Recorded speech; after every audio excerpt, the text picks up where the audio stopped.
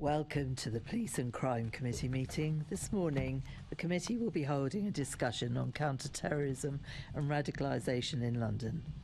Please make sure your electronic devices are switched to silent mode to avoid any interruptions. Can I now ask our clerk, Lauren, if any apologies have been received? No apologies have been received today, Chairman. Thank you, Lauren. Can I ask the committee to note the recommendations set out at item 2 and ask if members have any other interest to declare? No, thank you. Can I ask the committee to confirm the minutes of the meeting held on the 30th of November 2022 to be signed by me as a correct record? Thank you. Can we note the completed ongoing and closed actions arising from previous meetings and the additional correspondence sent and received? Thank you. Can we note the response from the Home Office to the committee's report? Thank you. So we now move on to our main item of business, and I'd like to welcome our guests. Oliver Levinson, Head of Countering Violent Extremism at MOPAC, Kenny Bowie, Director of Strategy and MPS Oversight at MOPAC, Chief Superintendent Helen Williams, Commander of Protective Security Operations for the MPS, Commander Richard Smith, Head of Countering Extremism for the MPS, and Jonathan Smith, Deputy Commissioner for the London Fire Brigade. Good morning, all of you. Good to see you.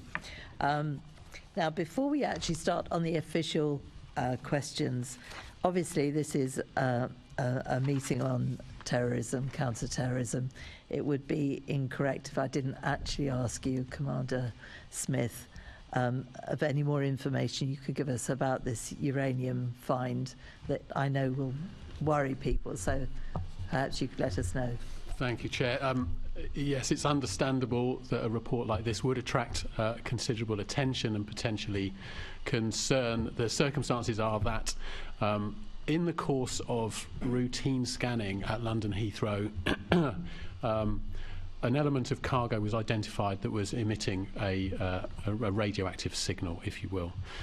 There are procedures in place to deal with these sorts of incidents, and those procedures were enacted.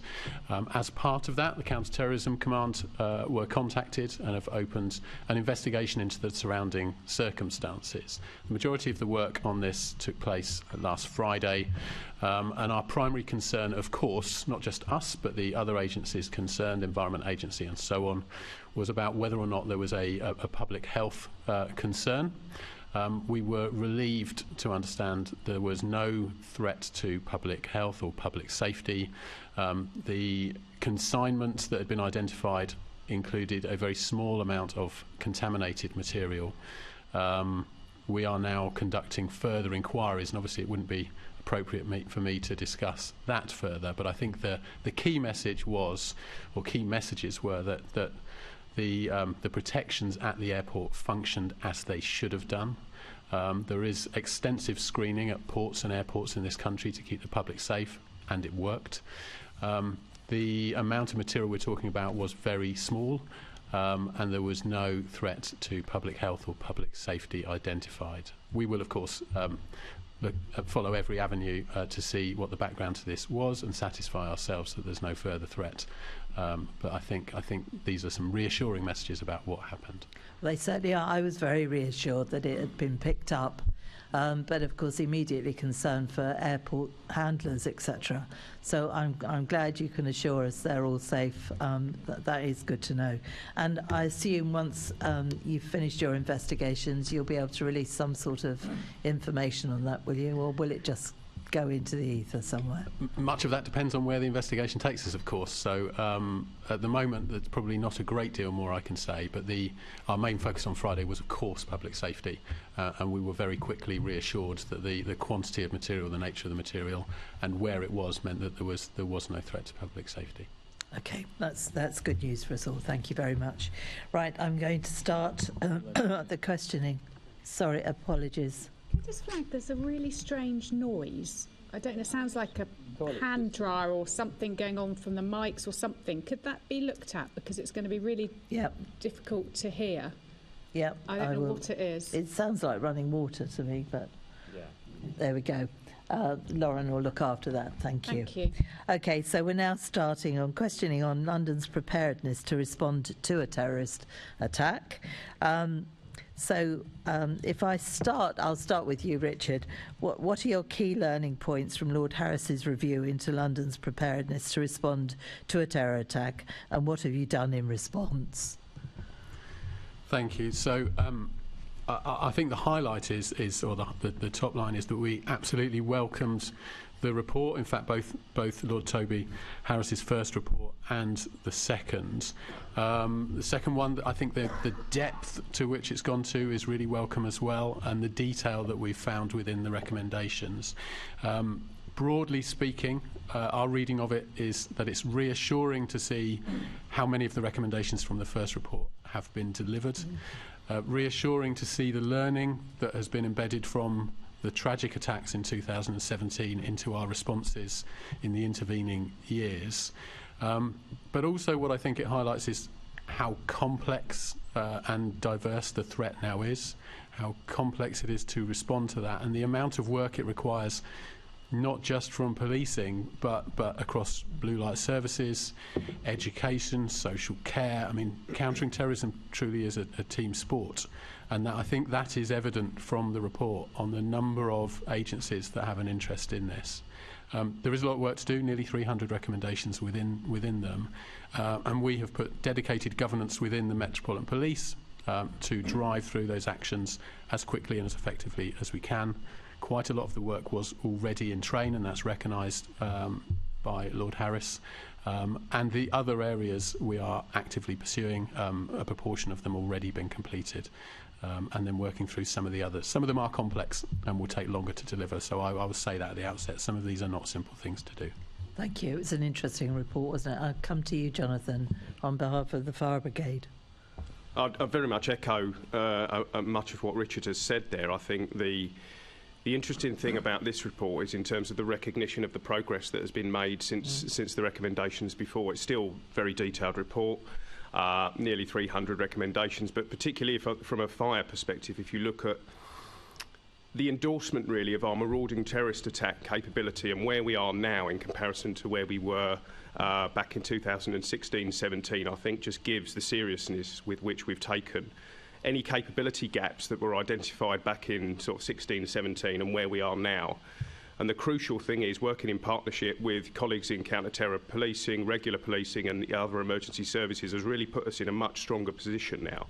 That heaven forbid, should we find ourselves subjected to an attack, we are in a much stronger position now than where we were back in 2016-17, but that's not to accept that we still have to be extremely vigilant and restless to make sure that our capability is keeping up with the threats as they emerge, because, you know, as your first question has already alluded to, Chair, you know, the threat continues, it continues to evolve. We need to be extremely flexible and adaptable in our response to make sure that our emergency response from a fire perspective is keeping pace with where we see the threats coming from, and I'm pleased to see we're now seeing that. The MTA agreement that we've come to with the Fire Brigades Union, and obviously support from the Mayor and the broader GLA, really does enable us as one of the primary emergency services to bring to bear the full capabilities of the London Fire Brigade when we're dealing with high threat incidents as will occur as a result of a terrorist attack. That we've always had the capability.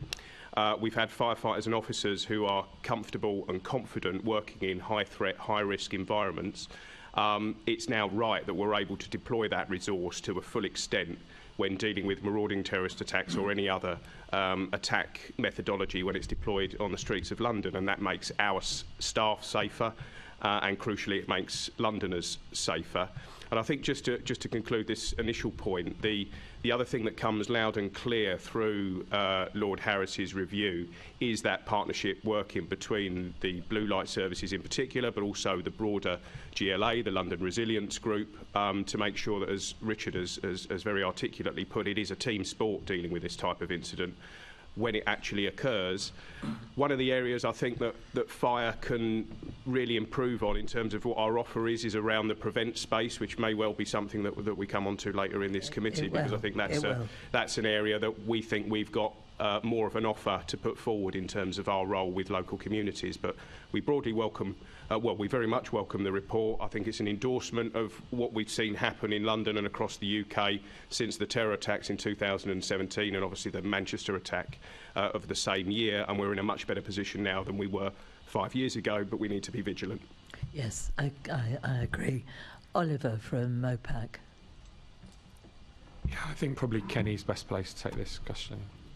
So I think, first of all, just to put on record our thanks to Lord Toby Harris and Jenny Cann, who helped him do all of this, because I echo what my colleagues at the table here have said about the depth and quality of the report. It really is good.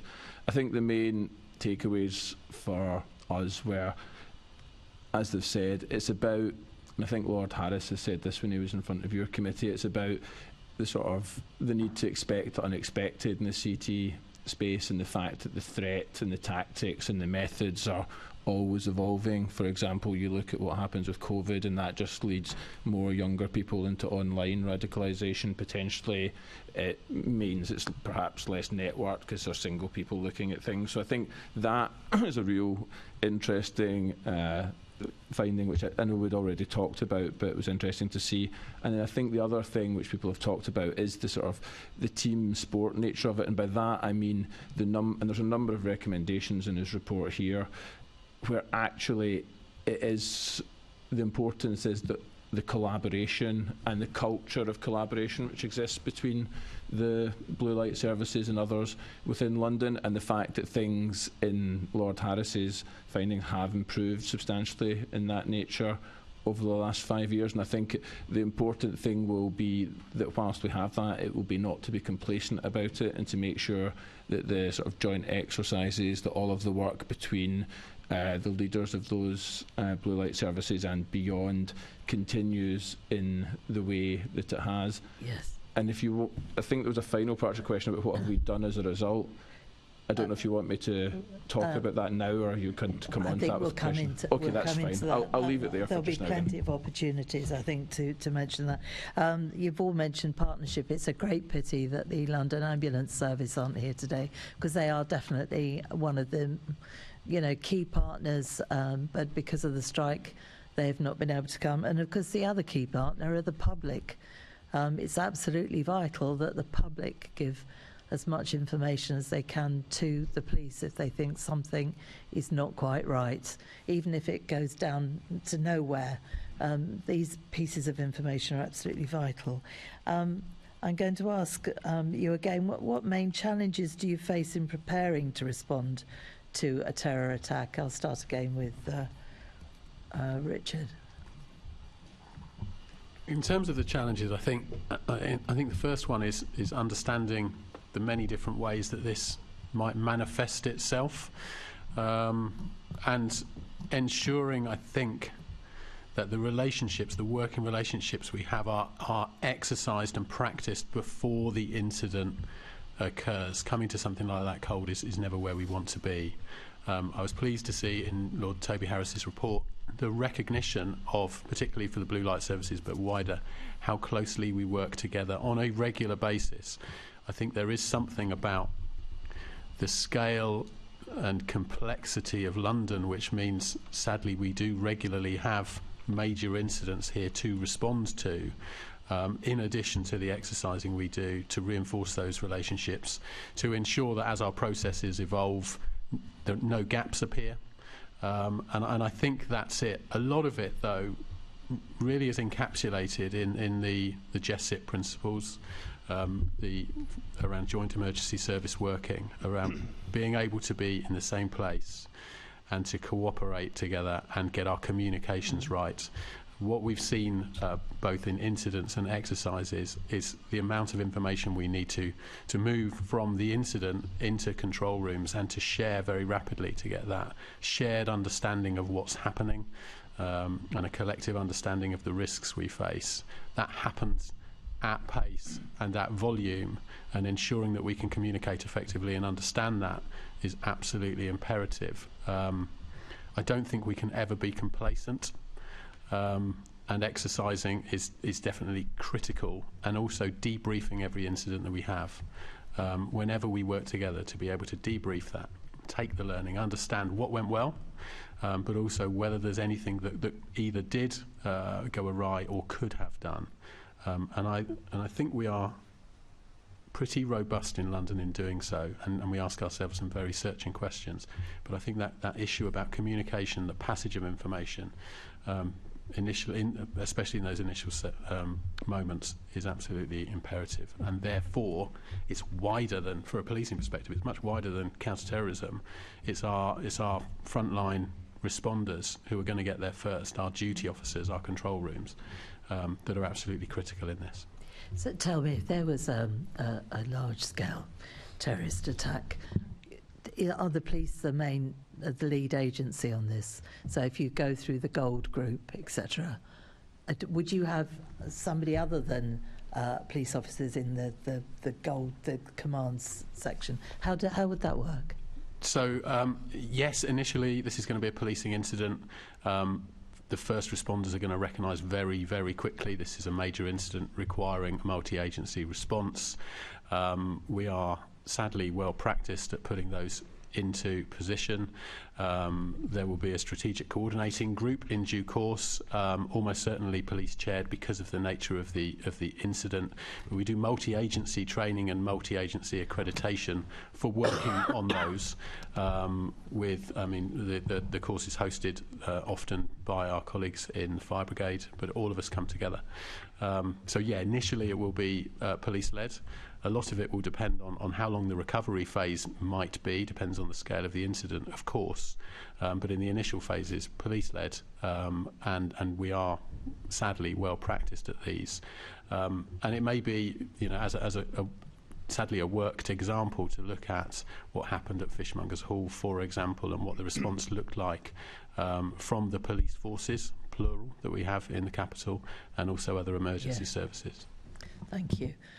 Jonathan, do you want to tell us what the main challenge is? just to add on the comments that Richard's spoken about there. So yes, as I alluded to in my first answer, continuing to review our response capability to make sure that we're keeping pace with what the threat and challenge looks like. If you think of the evolution of the terrorist threat, really going back to 9/11 with very large scale, very sophisticated attacks, well planned, well prepared, through to where we think the much more likely occurrence would be, and that's played out certainly since 2017, where it would be a much lower grade type attack, less sophisticated, but actually harder for partners in the security services to detect, and then to make sure that our emergency response is keeping pace with that changing attack methodology is a continuing challenge for us.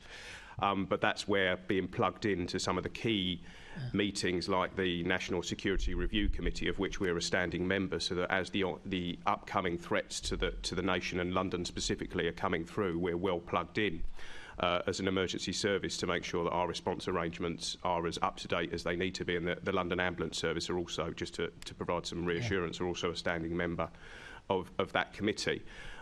If you look at some of the findings from the Manchester Arena inquiry around, and Richard again has touched on it, the level of knowledge and capability on the front line is always something that we have to come back to, because the nature of these incidents is that it will be our frontline police officers, firefighters, paramedics who will be the first on scene dealing with potentially a very difficult and dangerous incident, and it's making sure that they've got the knowledge, expertise and understanding to keep themselves safe and of course to save as many lives as possible. So that's a recurring theme that we have to keep coming back to, because what we do have is very, very well-trained specialist teams across the emergency services who practice and train all of the time.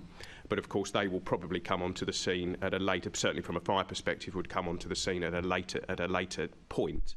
The key is around our initial emergency responders and making sure that they are as trained, prepared and as equipped as they need to be, which again, going back to the point I was making around our marauding terrorist attack capability, that's why I'm so pleased that we've now got that being rolled out to the front line, because what that does mean in very practical terms is that on frontline fire appliances in London, we've got ballistic protection, rapid evacuation stretchers, immediate casualty care capability, and that will be coming on scene within our normal response standards, so of 6 and 8 minutes, which means we can bring significant resource to a scene of operations in a way that we've not been able to do before. So that puts us in a much stronger position. But just in terms of the challenge, as I say, the continuing evolution of the threat is something we have to be minded about, and also some of the practical challenges around large-scale testing and exercising is always resource intensive to bring the emergency services together, to make sure that we've got even very practical considerations around appropriate venues, making sure we can get resource there is always a challenge, and that's something we have to make sure we give appropriate priority to, because it's only through that testing and exercising can we make sure that we're ready to go and prepared when inevitably the next challenge that we face comes about. Yeah, sadly, we know it will. It's just when and what it is. Kenny or Oliver, did you have anything to add to that? Not really. I wouldn't add a particular amount to that. I'd say one of the challenges about being ready for this is, which Lord Harris identifies in this, is some of the resource issues, and obviously there's the protective security grant which comes through from government directly, but there was some concern Lord Harris identified about the need for CT policing to have found deficiencies previously in some of the position that's left them in, and obviously the underfunding of the national and international capital cities grants. I would just flag that I think they do a fantastic job in preparing all of this, but I think if the funding from the government in the way that Lord Harris identifies was more commensurate, it would be easier for them to do that. Okay. And how do you ensure that counter-terrorism preparedness is not pushed down your agenda given your other immediate priorities? Shall I start with Jonathan this time? Give Richard a break. Yeah, I mean, just to provide the reassurance that counter-terrorism and our preparedness for it is very much a priority for the London Fire Brigade. The Commissioner was very, very clear, actually, when he took over in January 2020, that improving our counter-terror response, particularly around marauding terrorist attack, as I've already alluded to, which was a capability gap that we knew that we had on the front line, has been a key and present priority for us going forward. Also, London Fire Brigade has national roles and responsibilities around counter-terrorism, so the Commissioner is the National Fire Chief Council Counter-Terror Strategic Lead. I'm the Strategic Lead for Marauding Terrorist Attack nationally, and my colleague, Assistant Commissioner Pat Goldborn, is a new National Coordinator for Counter-Terrorism for Fire. There's a new National Counter-Terror strategy for fire, which we've not had before, and it's much more coordinated than it's ever been, and that's something that London Fire Brigade actually leads on behalf of the National Fire Chiefs Council. So in terms of the priority of making sure that our counter-terror response is always at the forefront of our thinking, that is very much the case, because we obviously have local risks and threats that we need to deal with on a day-to-day basis, but we've also got national responsibility, so just to provide that assurance that it's very much at the forefront of our thinking. Well, that was going to be one of my questions, actually. What are the advantages and disadvantages of actually leading counter-terrorism? And, of course, you lead it in the fire.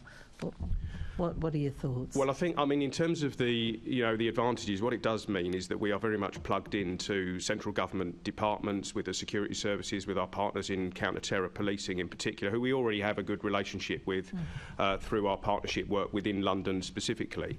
Obviously, some of the national challenges is that other fire and rescue services, other police forces are not in the same position as LFB and the Met Police in terms of the way that we're able to work together, and actually some of the resource that we're able to bring to bear when we do deal with these incidents, because sadly London is well practiced when it comes to dealing with these types of incidents, and that is clearly not the case in other parts of the country. And you will have seen some of the areas that were identified during the Manchester Arena inquiry report.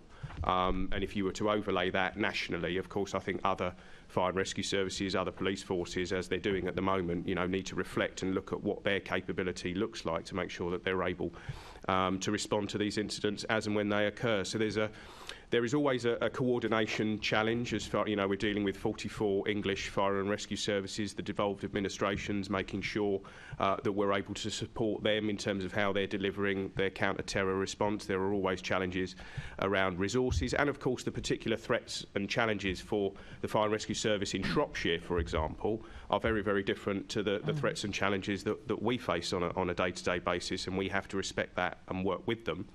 But as well as that being a bit of a challenge, it's also very much an opportunity for us to lead the agenda as far as CT response is concerned, to make sure that our colleagues in other fire and rescue services and other police forces understand the capability that LFB is able to bring to bear in this case, and work as collegiately together as we can. And it does open up access to central government departments where we have regular conversations with colleagues in Homeland Security, for example, because of our national role, and that really helps in terms of how we make sure that we're as prepared as we can be in London specifically. Okay, Richard, your view on that?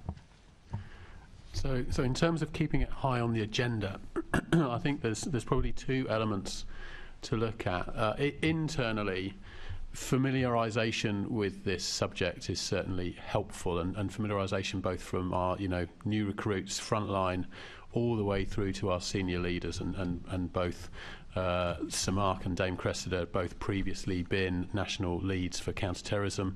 They understand this turf, and particularly understand the huge amount of work that has to go in order to try and ensure that nothing happens, and the margins between successfully ensuring nothing happens and having something go terribly wrong are sometimes thin.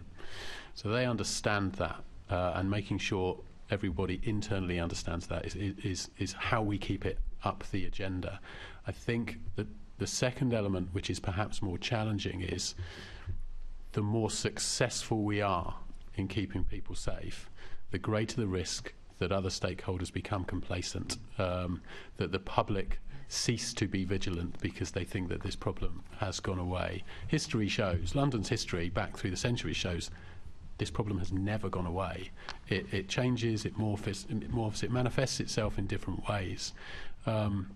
Last year, nobody in the UK died as a result of a terrorist act, and I am hugely proud of that fact. But that's as a result of a huge amount of effort that is largely unseen. And I think it's that risk of complacency that concerns me. And in fact, events like this are extremely welcome. It gives us the opportunity to keep it high on people's agendas, and to reinforce the fact that huge amounts of effort, not just by Blue Light Services and our partners, but also the wider public and the whole of the kind of counter-terrorism machine, which includes everyone and is international, is required in order to keep people safe. This is not easy, and requires focus, and it needs to stay high on the agenda. Yes, and actually at the end of the meeting I was going to say it, but it would be more appropriate now. You have so many unsung heroes within your particular sphere. They do things that none of us will ever be aware of, but they are keeping us safe. And on behalf of the whole of the public, we are very, very grateful to them. And it's a shame you can't be singing from the rooftops exactly what they've done. But I think that would let the cat out the bag a little bit, so that wouldn't work. But we are very, very grateful. Just one very quick thing. Do you how useful do you think it is of Home Secretary's powers to deprive people of British citizenship when they present a significant threat to the UK? Is that helpful? I've mentioned before that this is a very complex team sport, both nationally and internationally. There are layers upon layers of protections, both, and I mentioned one of them at Heathrow earlier on, to keep the public safe in the UK. Deprivation and exclusion from the UK is one of those that's used by the Home Office, and those decisions are for the Home Office, but I would say there certainly are some very dangerous people who are currently overseas who would seek to return and cause harm in this country. They pose a threat to us. When people return to this country, as you know, they should expect to be investigated by us for terrorism offences if they're suspected of having committed them abroad, and they will be. Some of those will not return to the UK, but there are many who perhaps intend to and could do us harm if they were able to. Yeah, I agree. Thank you very much for that. Did you want to? Yeah, I think I was after you, wasn't I? Sorry, yeah. Sorry, yes. Thank you, Chair. Good morning, panel.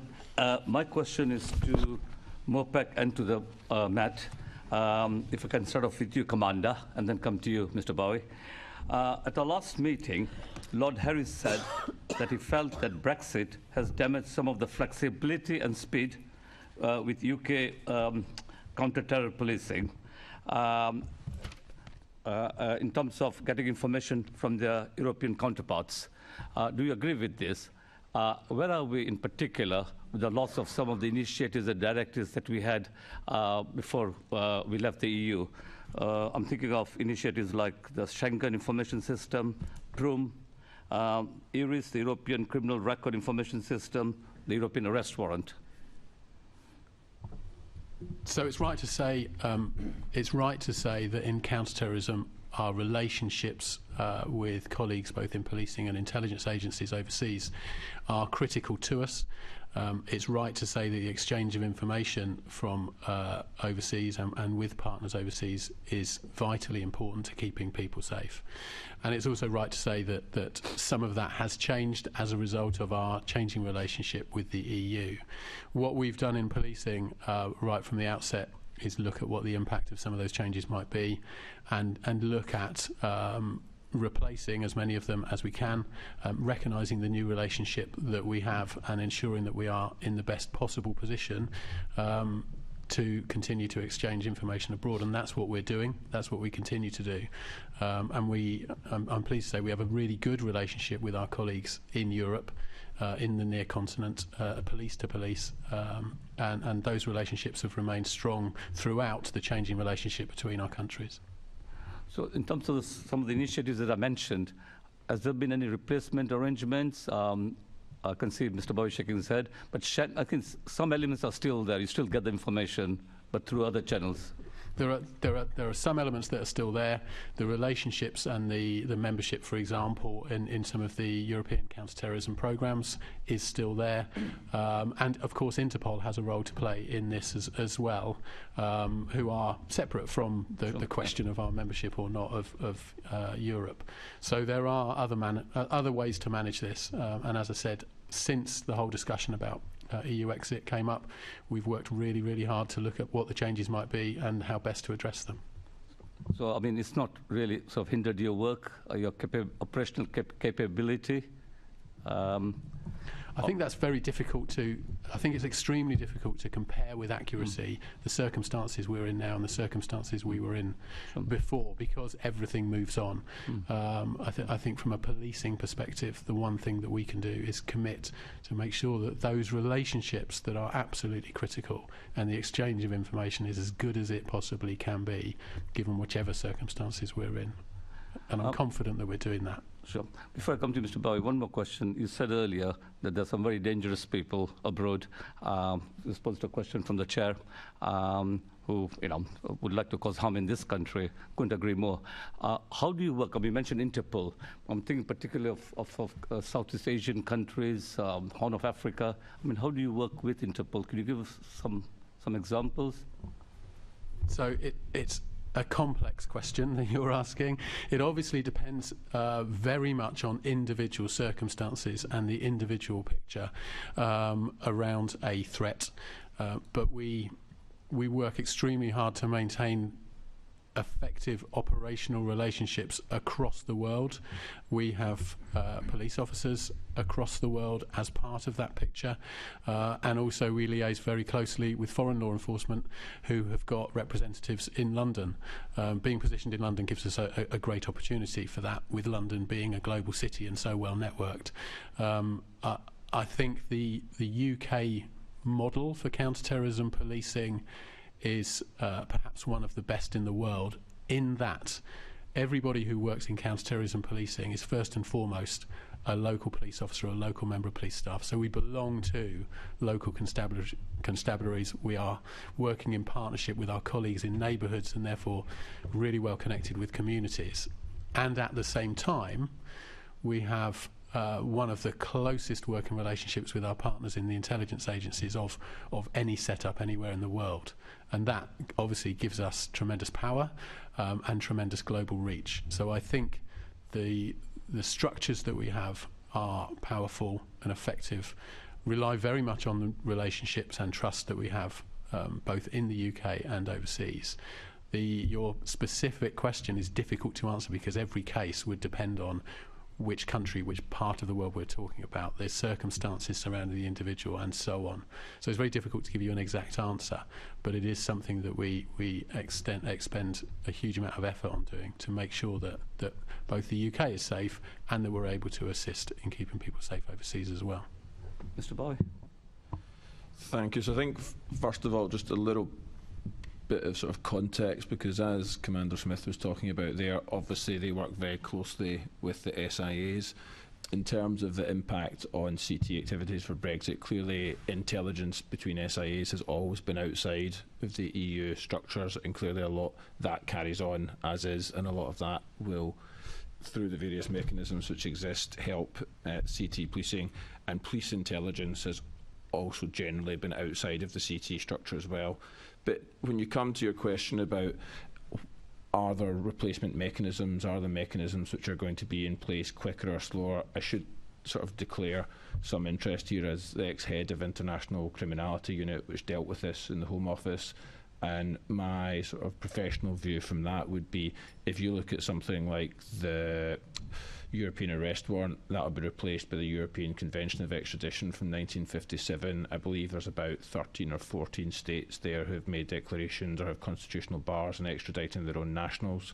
So, for example, if there was a German national here who was to commit an atrocity and go back to Germany, it would not be possible, therefore, to get that German national extradited back to the UK.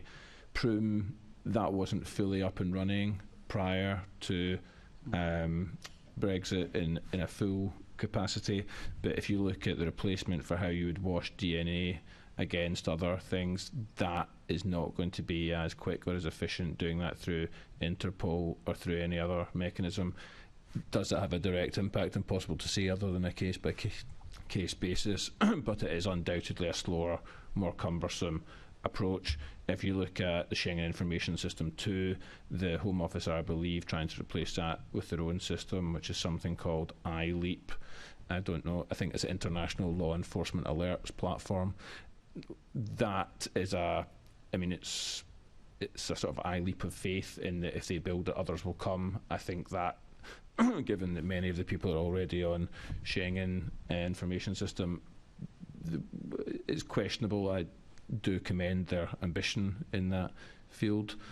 You look at other things like Europol, where things were shared. That was obviously something we talk about, collaboration, co-location, and the fact that that is where lots of stuff will be shared on a EU-wide basis and things are coordinated. Clearly, I think the National Policing Chiefs Committee Council is on record through Richard, I think it was former DAC Richard Clark, ahead of and during the Brexit negotiations, who talked about the fact that that would represent a loss of capability as well. So I'm not saying anything which isn't in the public domain from the experts here.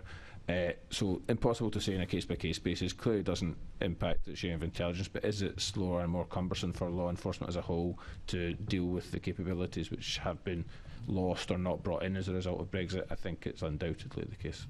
Slower and more cumbersome. Thank you. Thank you. Assembly Member Devenish. Thank you. Commander, I wanted to go back to the point you made earlier about risk and complacency, on the public side particularly. Do you think we use the anniversaries of various tragedies and indeed the TfL hoardings, particularly in the underground and on buses, to remind the public? I gave a speech the other day when I mentioned 9/11 to younger people, and I had to then explain what 9/11 was. And just because we use the shorthands, I think people don't remember that it's quite a few years since these things happened. 9/11, of course, is 23 years ago nearly this year. So are we using the hoardings and the whole public information thing to remind people of what can happen and to be vigilant? And I'm old enough to remember when we used to always have great billboards in the underground to remind people about the IRA. You know, there's not much. I often look for it when I go on the tube, and there's not much. There's one public information board that's always there, which is a very, in my view, not particularly, you have to really look for it, and it's kind of, you know, are you vigilant kind of thing, but it's a very low-key poster that TfL use these days, and I wonder if you think they could do more. I think on the question of whether people could do more, there's always more that we could do to keep this in the public eye. Certainly from our perspective, we certainly seek to. When we have terrorism investigations that go to court, we certainly seek to get the publicity on those to explain to people, the threat has not gone away. This might have been an attack that we prevented, but look at what might have happened, and keep it in people's people's minds that way. In terms of successful campaigns, I think the British Transport Police campaign, which we're all familiar with whenever we're travelling around London on public transport, all that soaks into our psyche. I think that's been pervasive and I think successful. Certainly we see a surge in reporting to us when there's either been an incident or there has been significant publicity. So we do know that publicity works. I think there's a balance to be struck in ensuring the public remain alert but not alarmed. London is a safe city, one of the safest global cities in the world, if not the safest. But there is something about maintaining vigilance, and I think just striking that balance. There are a lot of messages I think we would like to get across to the public. I'm very keen that people are not complacent, but I do think getting the balance right. Memorials are important. They're important for families of those most affected and for survivors. And again, the tone is very important. Every one of these attacks affects real people, deeply affects real people. That's something that certainly drives all of us, that understanding of the human impact of terrorism. And it's something we need to be mindful of with all of our messaging. Our aim might be to make sure that it's high on people's agendas, but at the same time in a sensitive and compassionate way. But I think it is about balance. There's always more we could do, but it's just achieving the right balance in terms of the volume and tone of messaging. Thank you. One very quick thing, I have to ask you this because it's hit the news this morning. The BBC has sparked outrage by giving ISIS terrorists a 10-part podcast. I mean, can you give us any comment on that at all? It's probably not appropriate for me to comment on that particular case at the moment whilst the Special Immigration Appeals Commission's decision is still awaited, so probably not appropriate for me to comment any further at the moment. Okay, thank you very much. We're now moving on to counter-terror policing. Colleagues, we're already running late, so if we could pick up pace a little bit. We're starting with Assembly Member Desai. Thank you, Chair. My question is to you, Commander Smith. The Counter-Terrorism Operations Centre. So we went on a visit last year. Very impressive outfit, I must say. I think we were all impressed. There's the issue of resources, retaining skilled staff, and I think some of the issues the Commissioner touched upon in his speech last night, which some of us attended in central London. But my question is this. So is the Counter-Terrorism Operations Centre on course to be completed by 2025? And what will you be able to do at that point that you cannot do now? So I'll deal with your first question, and I hear the chair on pace. So yes, it is on schedule. It's remarkable, actually. We've got 3 major programmes all running together to deliver CTOC, and they are, with some very slight delays, very minor delays, pretty much running to time. So yes, to your first point. Your second point of what will we be able to do differently when it's complete. I won't give you a detailed answer because we've been careful not to discuss the details of exactly what that building is capable of and what goes on within it. But broadly speaking, I've already talked about the importance of relationships and partnerships in the counter-terrorism world. And I've also talked about, in responding to a major incident, the importance of communication and co-location and common understanding and all of that cooperation. What CTOC provides us is the next step on that journey that we've done extremely well in the last 20 years in building closer working relationships, particularly with our partners in the intelligence community, but across the board in counter-terrorism. And CTOC gives London and the UK, actually, as being that central hub, the next step on that journey in terms of a really integrated approach to some of the highest threats that we're facing. Thank you, Chair. That I commend your work in this area. Thank you. Absolutely, thank you. Assembly Member Devonish. Thank you. Commander, what impact has the move to BCUs had on counter-terror policing, please?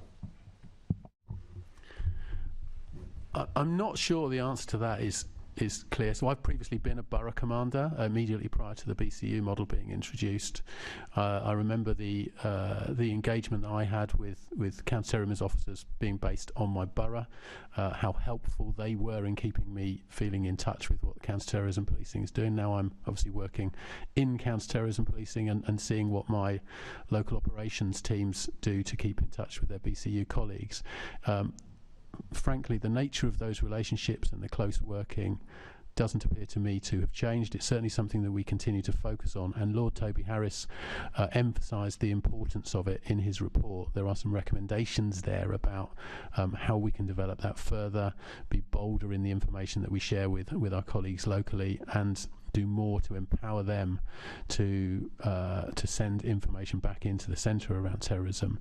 But I'm not sure there's a clear answer to whether that has particularly changed in having BCUs rather than boroughs as our building block for local policing. Some of what my command do certainly hasn't changed in terms of the engagement that we seek.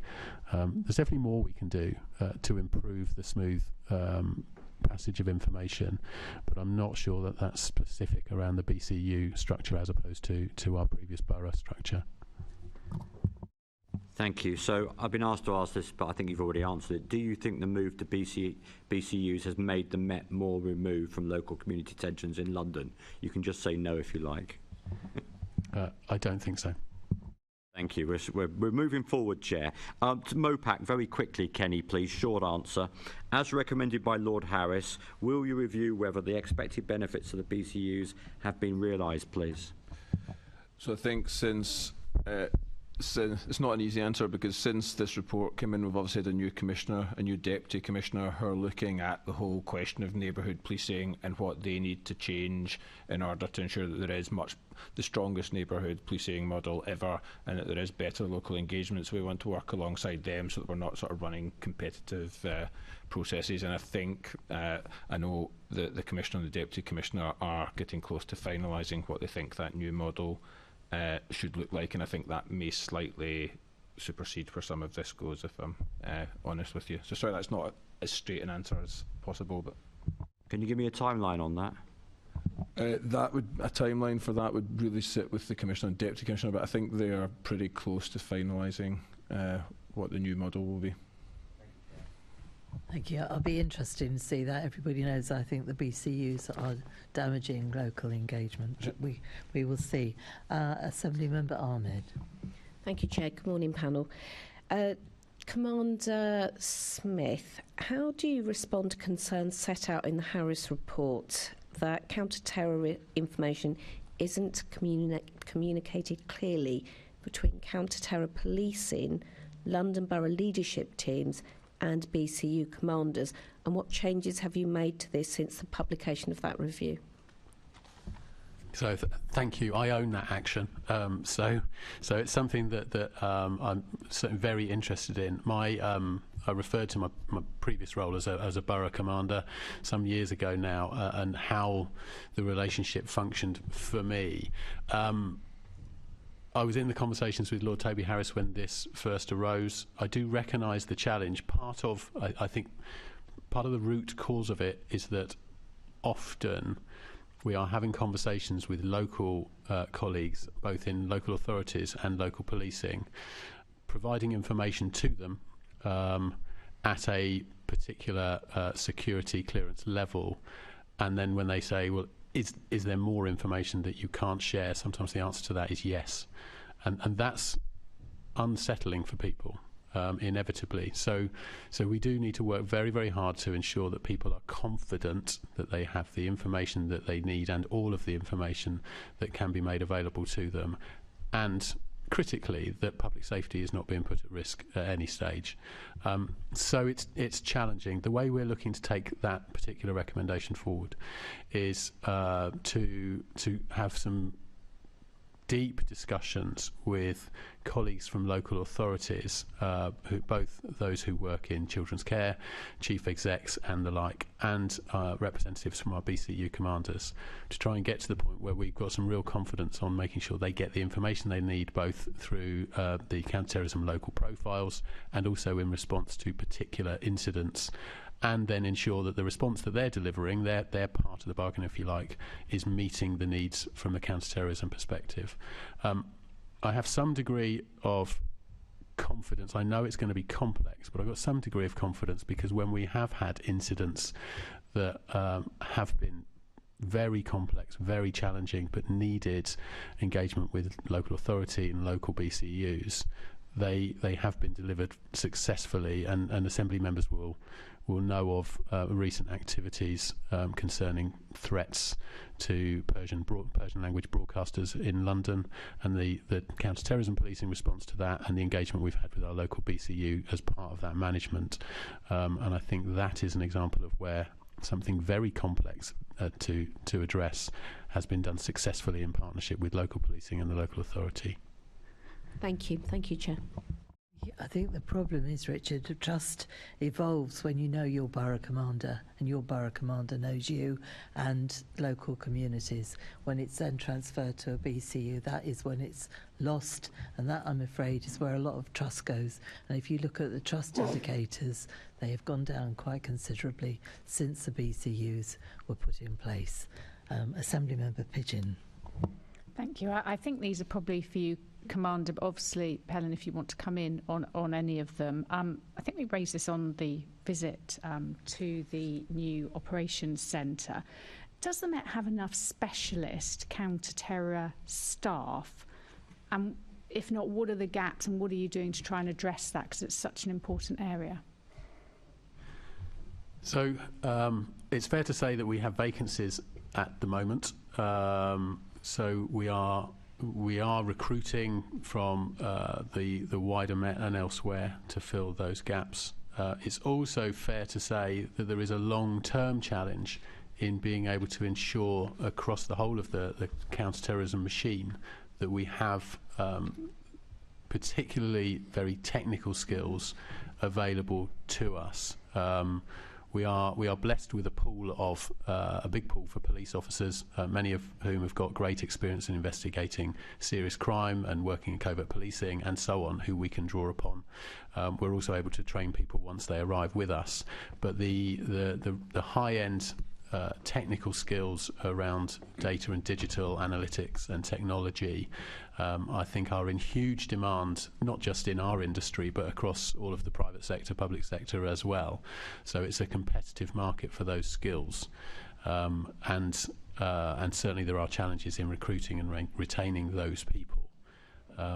But having said that, those that we have are extraordinarily committed to the mission, and I'm extremely proud that we have them working for us within the Counter-Terrorism Command and within our partners as well. But it's right to say there is a challenge there. And the cyber specialists you have, I mean, the new Commissioner's obsessed by data. A few of us went to a speech last night looking at that, which is kind of the work you lead on.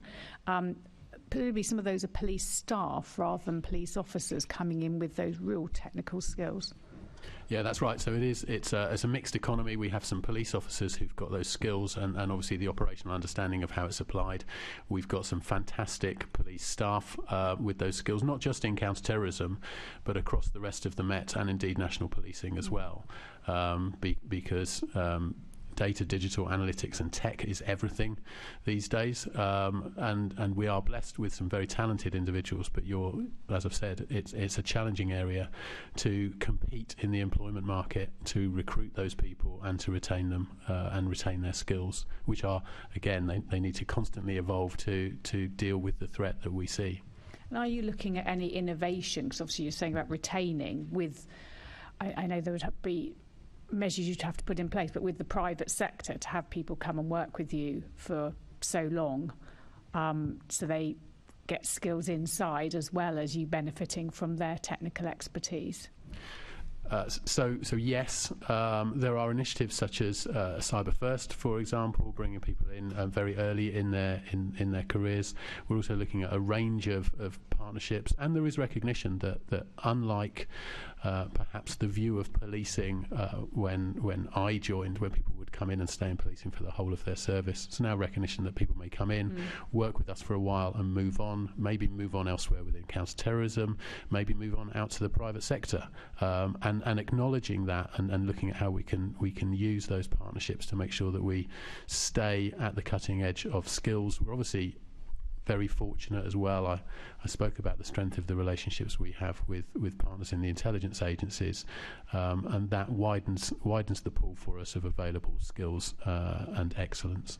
What about the shortage of trained detectives? What impact's that having, and what measures are you putting in place to address that?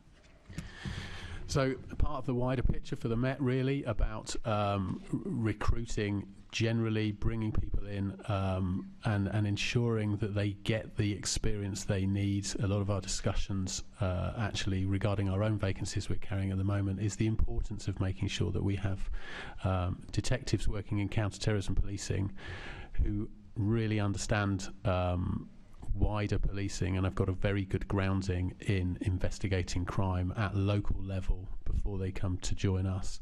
I think that's a real strength of our model. We have that throughout. We have a range of backgrounds within our detective cohort. We are, as I said, carrying some vacancies at the moment. Some of that is actually down to, or largely down to the challenge of vetting because of the access to higher classification material required, because of our desire to work seamlessly with intelligence agencies. The demand for vetting within our ranks is very high. Vetting is complex, it's lengthy, and there is increasing pressure in terms of volumes coming through the vetting system, both in terms of recruiting generally and the specialist vetting that we require, which is slowing that down. So that's a very active issue for us at the moment, to look at what we can do to reduce vetting times and make sure that when we have a vacancy we're able to fill it quickly. So more resource into the specialist vetting is needed? Absolutely, yes. I mean, what we want to avoid is having to kind of keep recirculating people constantly. It's essential to us to be able to bring in colleagues from wider policing into counter-terrorism, and for our counter-terrorism colleagues to go out into wider policing and take the skills and knowledge they've developed into that arena. What that means is we're bringing people in who may not be vetted or may not have that specialist vetting, and that's where the delay is. So resourcing into that part of our world is certainly very welcome. Lovely, thank you, Chair. Thank you. Just picking up on that, because we picked that up when we came to see you. Has it got any better? Is there a solution that you're looking for? Is it just money coming into it? Is it something else that you need? As with everything, it's extremely complex. We are now tracking everybody that we select to come into counter-terrorism. We're tracking them through to see where any delays are in the vetting process and how we can reduce those to make sure that the journey from selection all the way through to arriving is as short as possible.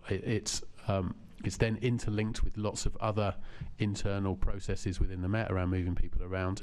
Of course, there is a resourcing element. There always is a resourcing element, both in the UK vetting services outside of the Met for specialist vetting, and also some colleagues internally as well. So there is a resources element, but it's not just about that. It's about some of the processes and the sequencing and trying to eliminate as many delays as we can. It's frustratingly challenging to speed this process up, and this is not a new issue. This has existed for some time. I know how frustrating for you, as you say. Let's hope you can find some solutions to that for everybody's sake. So, colleagues, we've caught up, so thank you very much for that. We're now on emergency services preparedness. Obviously, there are questions that were going to go to the ambulance service. We will send those to them. When we get their responses back, I'll make sure you all get a copy of it so you see what their reactions to the same questions would be. So we're starting off with Assembly Member Prince. Thank you, Chair.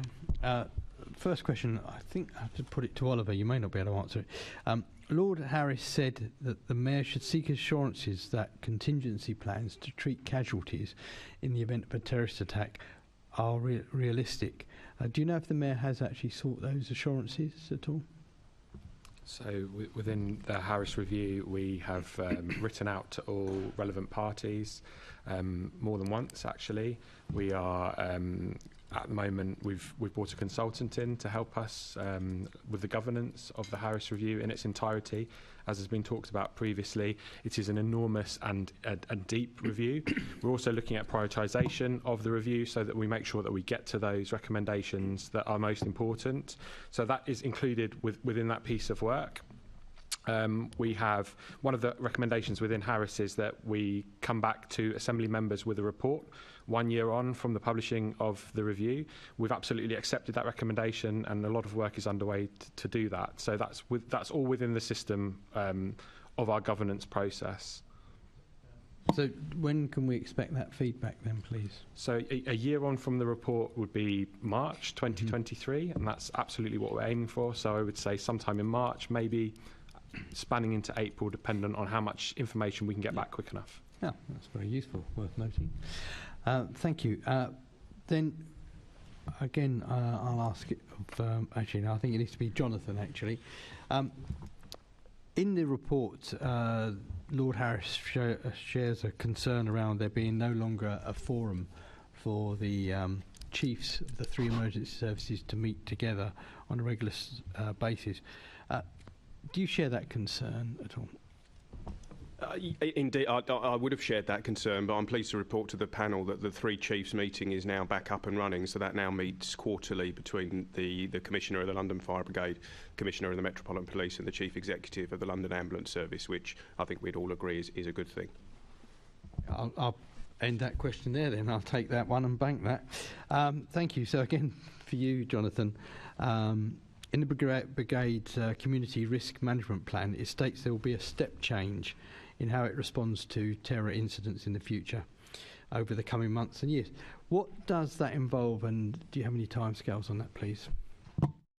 I think I probably touched on that in some of my earlier responses. So the biggest step change that we've seen is around our marauding terrorist attack capability and bringing specialist MTA response onto the front line for London Fire Brigade, which just on very practical terms means that frontline firefighters, once we've completed the rollout of that initiative, which should complete by the end of Q4 23-24, which means that every London firefighter, every fire station across the whole of the capital will have a specialist MTA response, which in practical terms means ballistic protection, rapid evacuation stretchers, enhanced medical capability, which we already had, but we're taking that a step further. And what that does is it embeds counter-terror response into everything that we do, you know, beyond obviously what would be seen as our day-to-day role in terms of fire and rescue. That counter-terror response is actually something that becomes the norm for all of our operational firefighters, whatever level they operate at, which then means we can bring the resource that London Fire Brigade has onto a scene of operations in a way that other agencies can't do because of our concept of operations. You know, our fire appliances will regularly be crewed with 4 or 5 well-trained, well-equipped firefighters, and that's about being able to deploy them onto a scene of operations as quickly as possible because, as all my colleagues I'm sure would agree, speed of response is critical. The Manchester Arena inquiry talked about that care gap that can exist between the moment that an incident occurs and then when definitive medical care is provided, and the London Fire Brigade, as other fire and rescue services do and will be improving that capability, will be able to help bridge that care gap, but that requires speed of response, and that requires all of our firefighters to be competent and capable and understand how to operate in a CT environment, which is, you know, is different. You know, there's a high threat element to it. If there's a marauding element to it, that brings additional complexity that our responders have to be capable of dealing with, and that requires training. It means we have to continually have that at our forethought as well as our conventional response. So when we talk about a step change, that's making sure that our response to terrorist incidents is very much part of our day-to-day business as usual activity. Thank you. Now, obviously you mentioned about training. Is there any multi-agency training and also multi-agency information sharing going on at all? So the short answer to that is yes. So all of the training that we do around counter-terror response specifically is by definition multi-agency. So the MTA training that we're rolling out to all of our frontline firefighters actually requires support from colleagues in Richard's team in counter-terror policing and armed policing specifically, and colleagues in the London Ambulance Service. So those multi-agency exercises to deal with incidents of terrorism is happening. The point you raise about information sharing is critical. Again, a lot of the criticism that came out and the recommendations from the Manchester Arena inquiry was about the ability of the emergency services to share information. We're obviously quite well practiced as far as major incidents are concerned, and that ability to share information. So we have, for example, a joint emergency services interoperability talk group, which in very simple terms means our control rooms are able to exchange information very, very quickly as and when an incident occurs, not just a terror-related incident, but any major incident that the capital faces. We've obviously got well-practiced plans that sit within the LESLEP major incident manual, the strategic coordination protocol, which is something that we're all testing and exercising on a regular basis. So although we can never be complacent and we have to make sure we're constantly testing that and prodding it, we do have systems and processes in place, actually as a result of a lot of the learning from 2017 from the attacks that the capital faced then, that puts us in a much better position now, both in terms of what testing, training and multi-agency exercising looks like, and critically how we exchange information, particularly between control rooms, which has been an area of concern which has been highlighted in the past. And we are now in a better position, but I think there are other things that we can do to improve that further. Thank you, that's very good. Richard, do you want to add to that at all? I was just looking to Helen. Oh, right, Helen, yeah, fine. I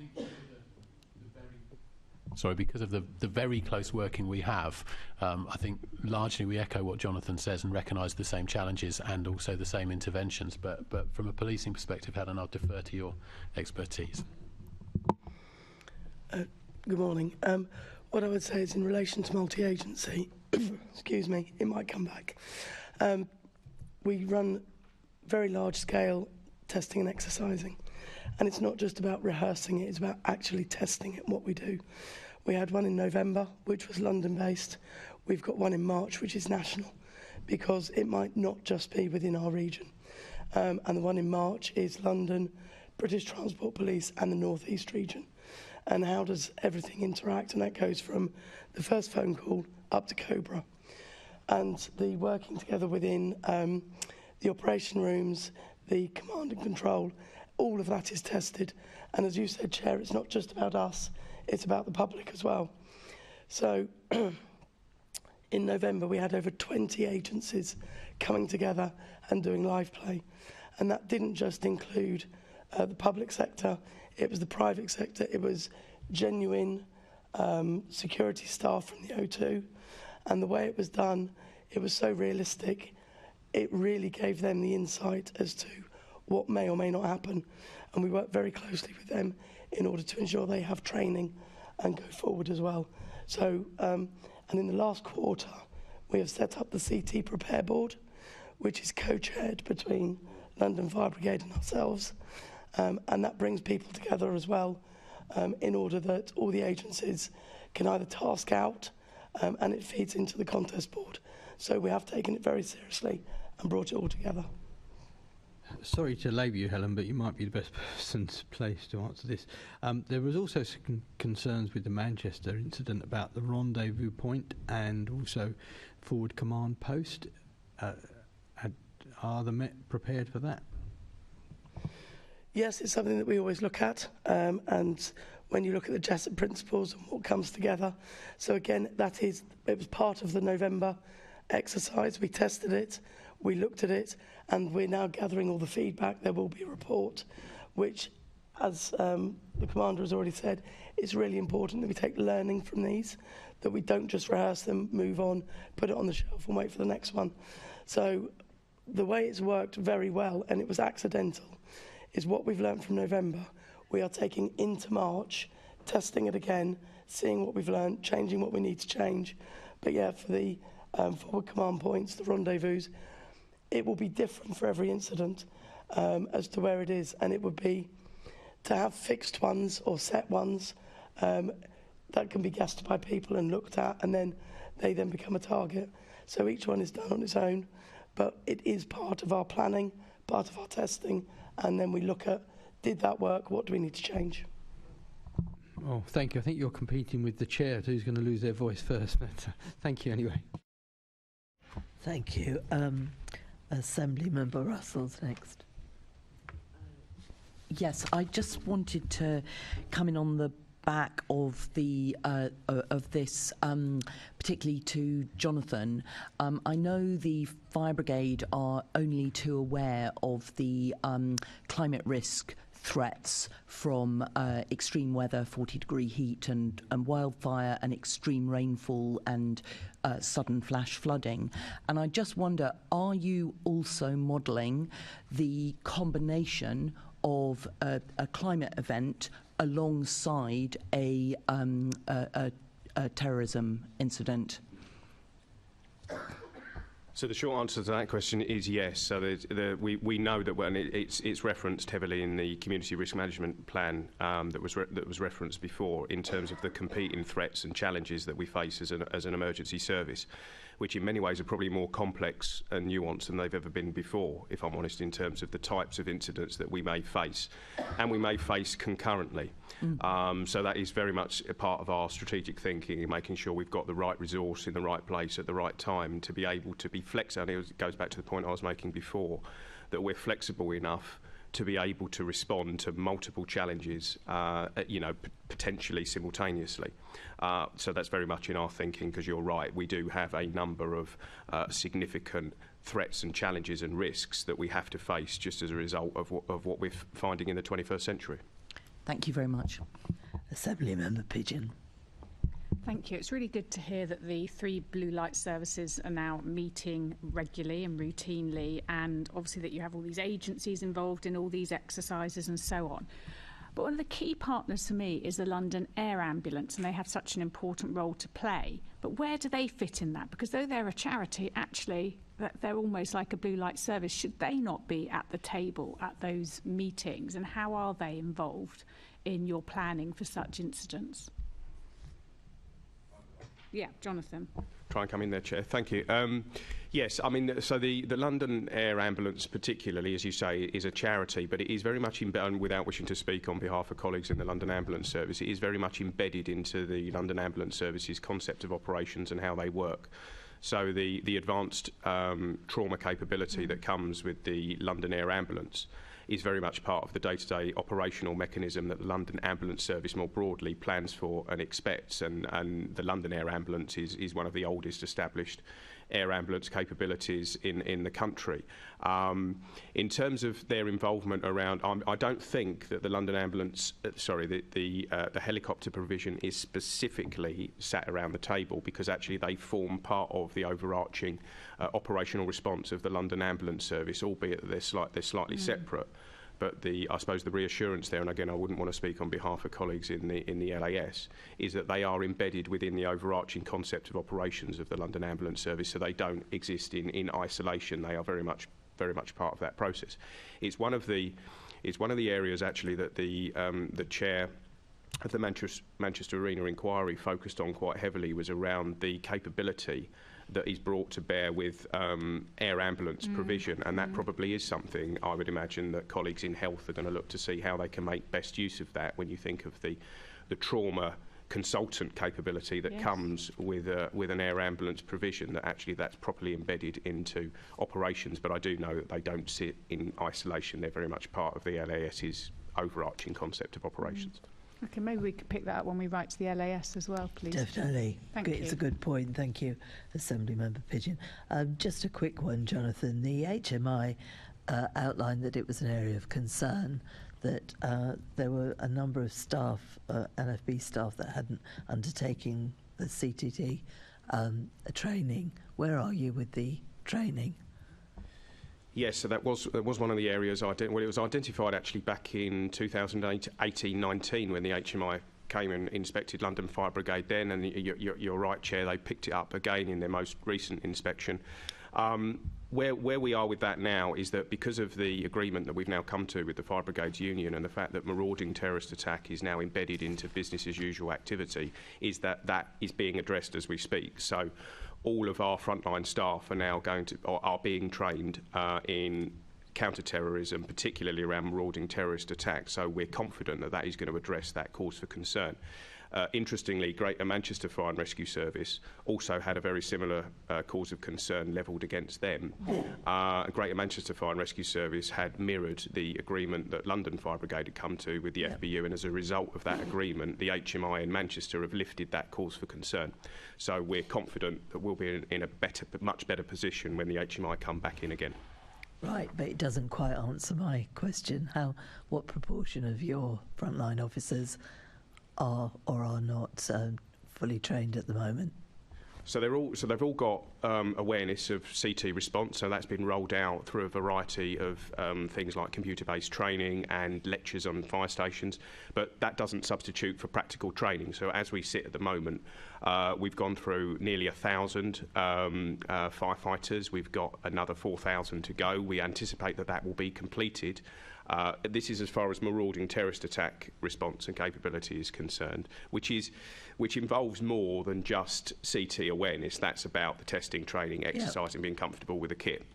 So everyone now is in a much better position than they were when the HMI came in and had a look at that in terms of the awareness on a day-to-day. And that's because of actually the work we've done over the last 18 months to make sure that CT response is actually something that even junior officers on a frontline fire station that wouldn't necessarily have thought that counter-terror response was in their day-to-day concept of operations are now having those discussions on a regular basis. But that doesn't substitute for the training which is happening as we speak. So we are in a better position, but we still need to push that through and be relentless about it. So about 20% have been trained? Specifically on marauding terrorist attack, but all of our staff have received a level of CT training and awareness. Yeah, well, let's hope we can get that done ASAP. Thank you. Right, we're moving now on to Prevent in London. Assemblymember Russell's going to take this. Thank you, Chair. So, within the context of trust and confidence in the Metropolitan Police being low, and the sort of urgent need that is recognised by the new Commissioner to rebuild trust and confidence, the perceptions around the Prevent programme are, potentially a problem. We heard from Brendan Cox at our last meeting that there's a perception there's a higher level of distrust in Prevent amongst the Muslim community, and there's a perception that it has been targeted not on terrorism but on Muslims. Now, whether that's fair or not, that perception has existed, and so the need to rebuild trust and confidence is really important. So how is the Met, so this would be for Richard and Helen, how is the Met helping to address those negative perceptions around Prevent? Thank you. So, yes, it's right to say there are some negative perceptions around Prevent, although a lot of the research has shown that those perceptions are not held by everyone. There's a whole range of views around Prevent. I think one of the things that most commentators would agree was if you don't have Prevent, you probably need to replace it with something that aims to do exactly the same, which is to prevent vulnerable people being drawn into radicalisation, to being radicalised and being drawn into terrorism, and either coming to harm themselves or causing harm to others. So the core tenet to it, the purpose of it, I think most people are in agreement with. A lot of it is about delivery, and you are right to say that community confidence is a critical element of that. One of the things that we look very closely at is the level of referrals that we receive into our Prevent services, and also where those referrals are coming from. One of our key concerns through the pandemic, of course, was that professionals were no longer getting face-to-face time with young people, and therefore were less likely to be able to spot signs of radicalisation and so on. I think there is the onus is on us to communicate what Prevent is all about. It is true that some referrals do ultimately result in individuals being investigated for terrorism offences. But it's important to note that is a tiny minority of the total referrals that are received, circa 1%. The vast majority of people who are referred into Prevent, we are able to help and move onto pathways away from radicalisation, either through policing or with partners. And I think it's really important that we seek to get that message out there. Policing has a role to play in that messaging, of course. On our local operations teams do a great deal of work both through schools and into local partnerships as well. And then there's a role, of course, for our neighbourhoods teams in the wider Met. And I mentioned earlier how important it is that counter-terrorism police are drawn from local forces. I think this is an area where there's a real opportunity and strength in that we're not a separate agency, we're not detached, we're the same organisation as those officers and staff on neighbourhood teams, and they are at the very forefront of this engagement. We now have I think last count 1,300, we're aiming to have 1,500 Prevent champions in our local policing teams.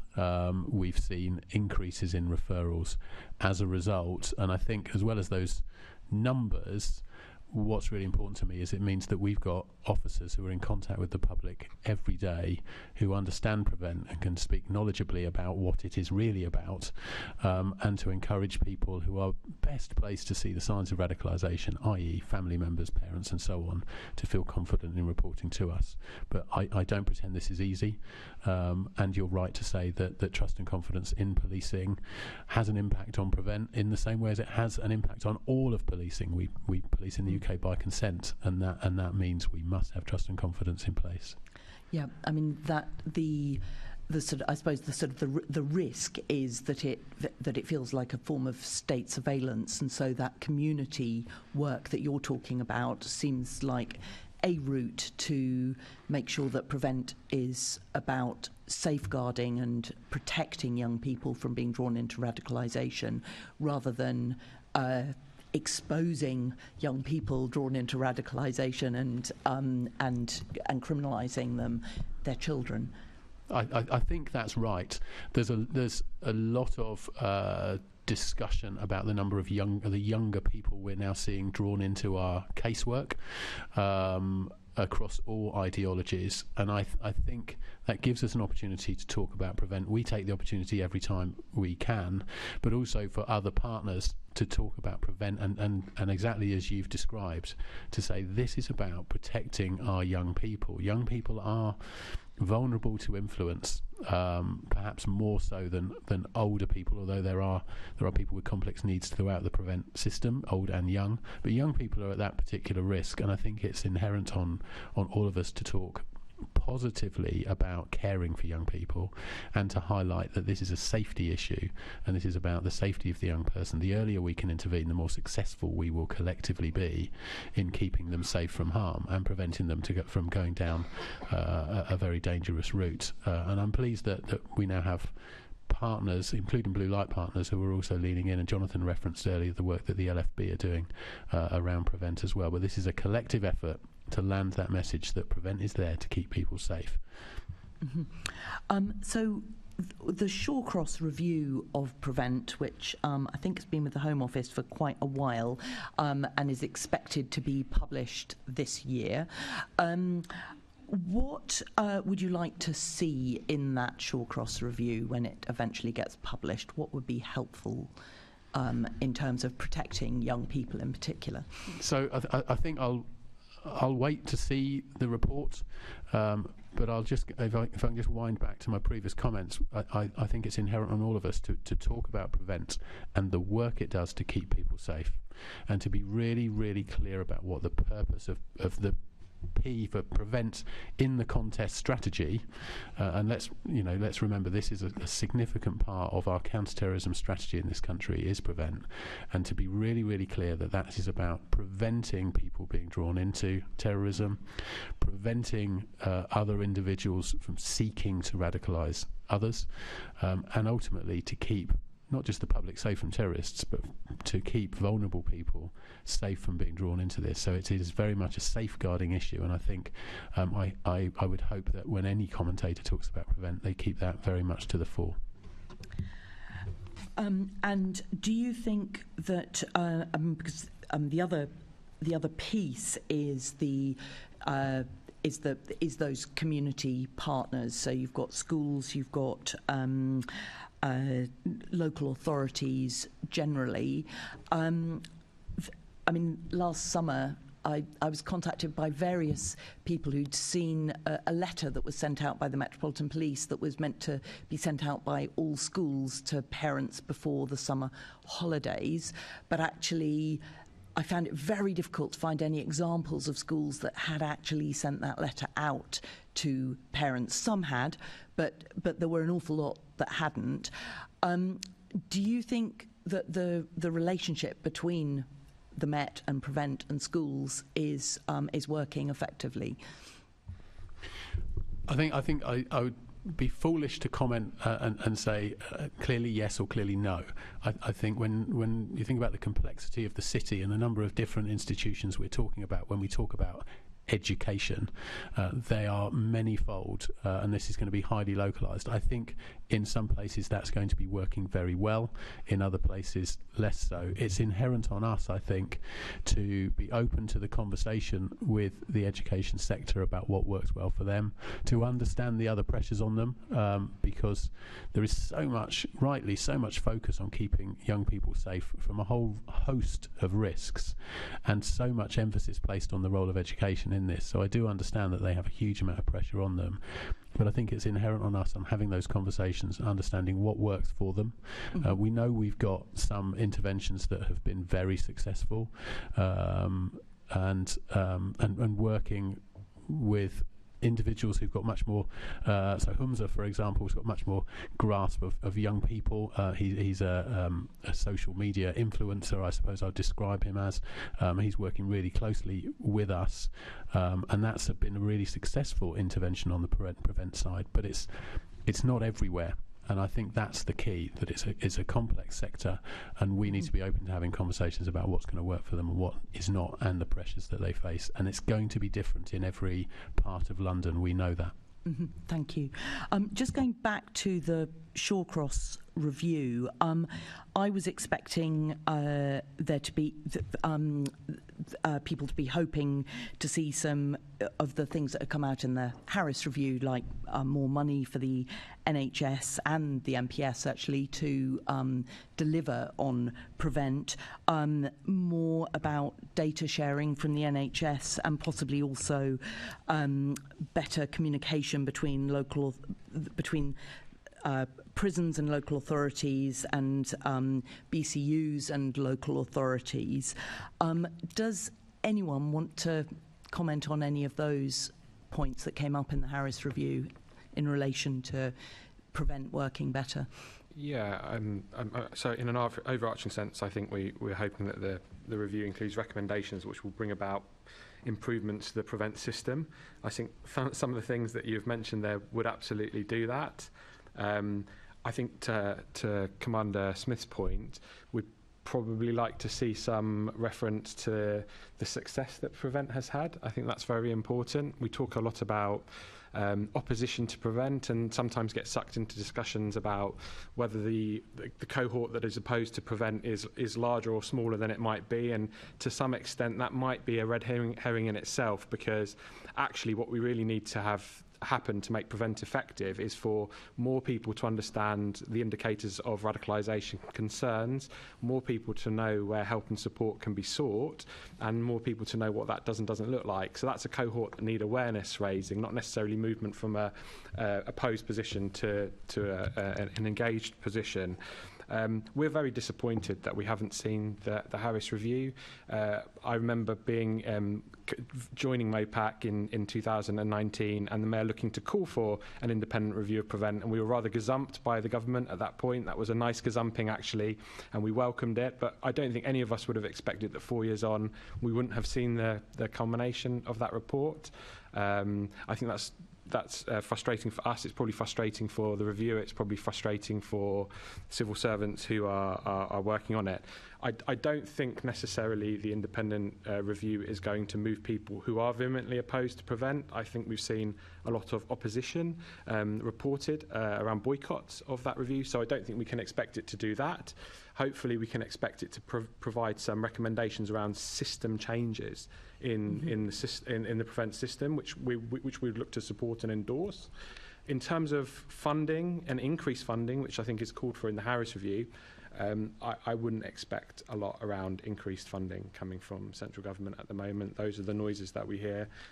We would be disappointed if funding was to decrease. In terms of Prevent delivery in London, I'm sure colleagues would agree with us on that. Thank you. And do you think the Met should be the lead agency for the delivery of Prevent, or do you think it should sit in a sort of cross-cutting way between all the different partners? There are many, many reasons why the Met should be at the forefront of looking after a safeguarding from radicalisation programme, and Commander Smith can speak more succinctly to those, but there are many, many important reasons. But as people have talked about it being a team sport. We always consider it to be a shared endeavour. And so to be most effective in protecting people from radicalisation, we have to have a whole society approach to it. So everybody has a role to play. That's organisational, but practitioners, or even citizens. We all have a role to play. So it's definitely a shared endeavour. But there are really, really important reasons why I think that it's critical that MPS are leading some components of that system. Richard, did you want to add anything to that? Yeah, I think on a couple of levels, I do think the Met are the right agency to take a lead role in Prevent. Wider than Counter-Terrorism, Children and Social Work Act of 2017, which places policing as part of the triumvirate of agencies responsible for the safeguarding of young people. So we already have very clear legal statutory obligations around safeguarding, which includes prevention of radicalisation, and then taking that into the very specific world of counter-terrorism policing. As I said, it's one of the 4 building blocks of the counter-terrorism strategy. It would certainly build an additional challenge for me in delivering safety for London if Prevent and the other pursue, protect and prepare elements of the strategy were separated in any way. So I think a very firm place for policing within Prevent, and at the moment while I recognise the challenge that you raised on trust and confidence, I don't think that is sufficient reason to start separating Prevent away from policing. And in fact, I think it's a very good reason why we should keep Prevent and continue to work hard with our community engagement and understanding to make it work. And that community engagement, does that include specific engagement with young people and organisations representing young people? Because I think they're sort of over 50% or around 50% of Prevent referrals, and so it's important that their voice is heard in this. Yeah, debate. And as I've said earlier, the younger cohort is really key here. There's a lot of discussion, not just around Prevent, but in our Pursue casework, where we are seeing younger people who are committing terrorist offences, or there are allegations around terrorist offences for us to investigate. And we are working very hard to look at the complex needs of those individuals and the most appropriate way to address their potential offending, or certainly their route to it. I don't think it's an easy area to separate. I think there's a very clear role for policing, but I think the focus on young people and keeping them safe from terrorism and the additional very specific risks that they face is something that we should keep in very clear view. And are you alert to issues around neurodiversity? There was the child Rhiannon Rudd who got referred for extremism and then sadly died by suicide, and they were a neurodiverse young person. Is neurodiversity something that is within your thinking around Prevent and Prevent referrals and response to those? Absolutely, yes. is the short answer.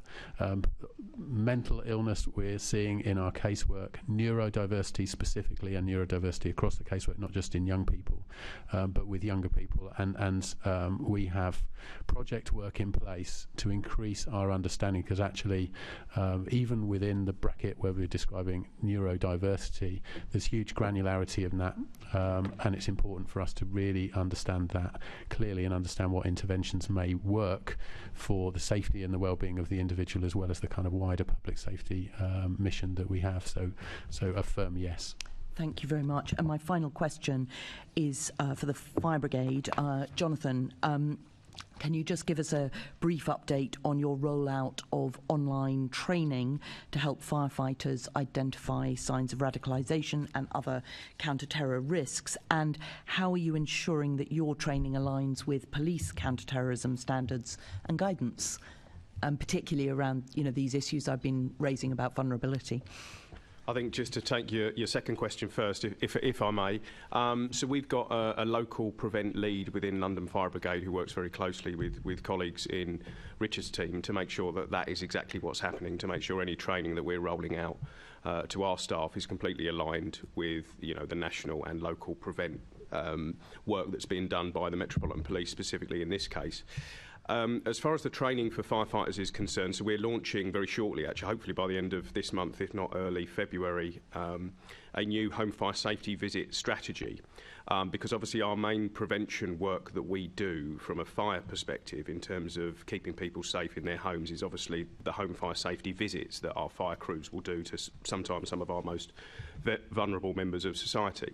And what firefighters get at the moment is a safeguarding awareness package, predominantly around potential signs of domestic abuse and child abuse, so they're trained to make sure that they've got that awareness for when they're doing home fire safety visits. But we will be including within that new strategy, and that will be rolled out over the course of the next year, signs and symptoms of radicalisation, to make sure that we're able to pick that up. And this goes back to the point, it's actually picked up in the Harris review, that we've obviously had a long history of prevention work as far as fire reduction is concerned, and other forms of rescue work to try and bring that down.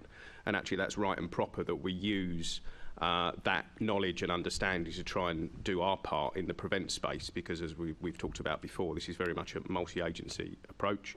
The London Fire Brigade and fire services more broadly obviously have the opportunity to sometimes get into communities that other agencies can't do, and we're doing that as part of our broader prevention work anyway.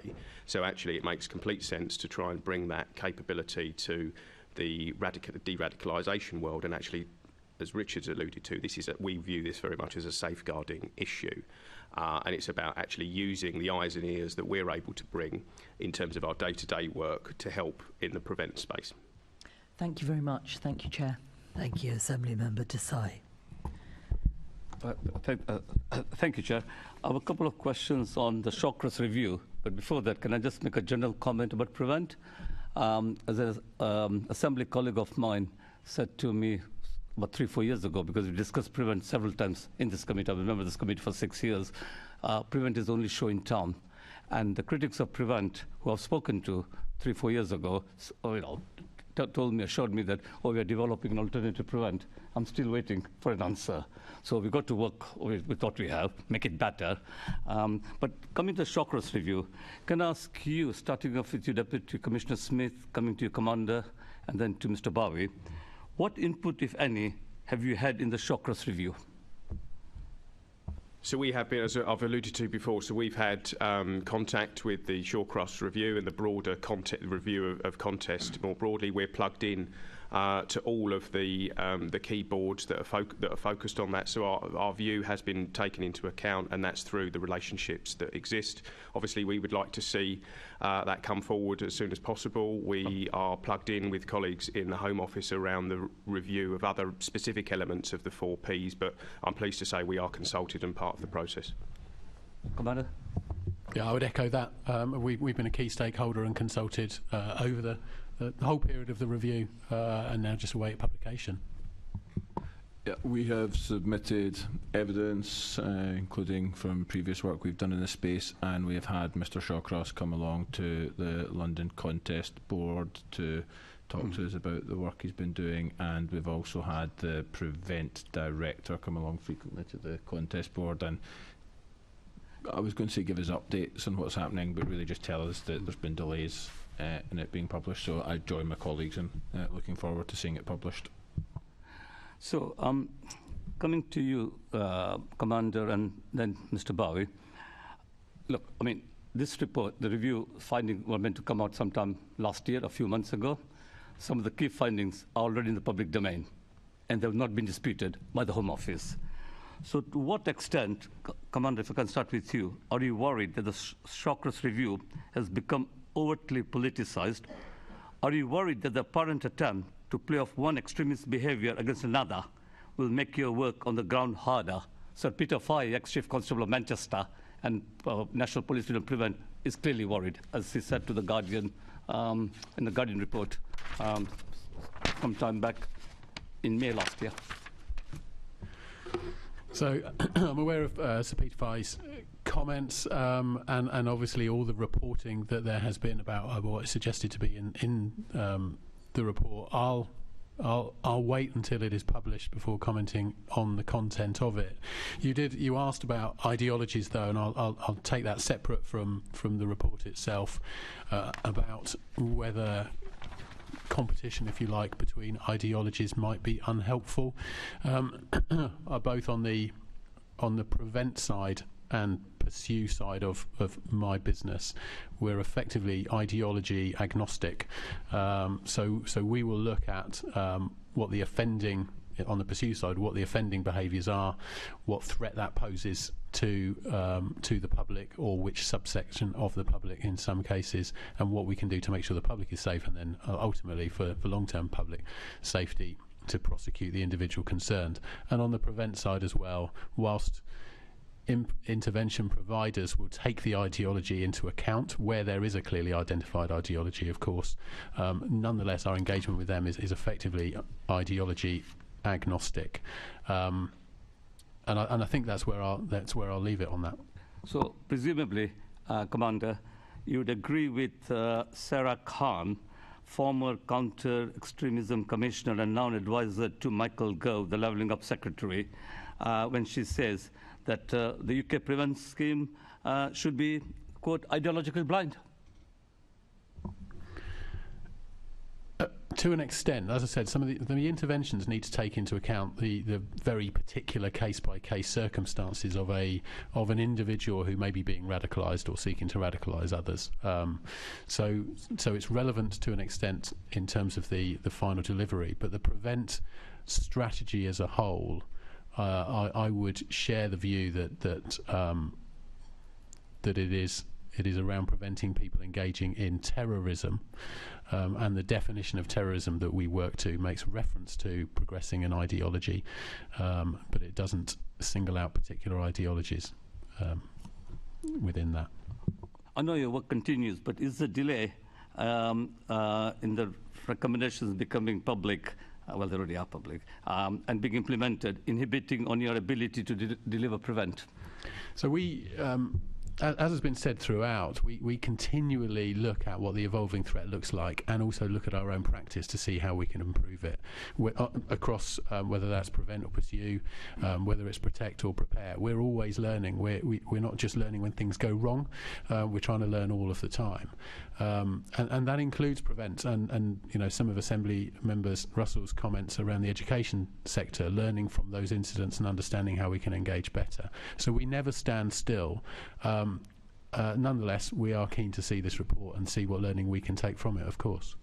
Mr. Bowie, can I have your thoughts on the questions I put to the Commander? I don't think I've actually got much to add to what he said. I don't want to get involved in the politics of what goes on in that as a public servant, but I would say that in general the concept of prevent is to prevent terrorism, and I think whether you want to call that ideologically blind, agnostic, whatever, the idea that it should encompass people who are being radicalised in one form of terrorism or another, I think should hopefully be fairly uncontroversial.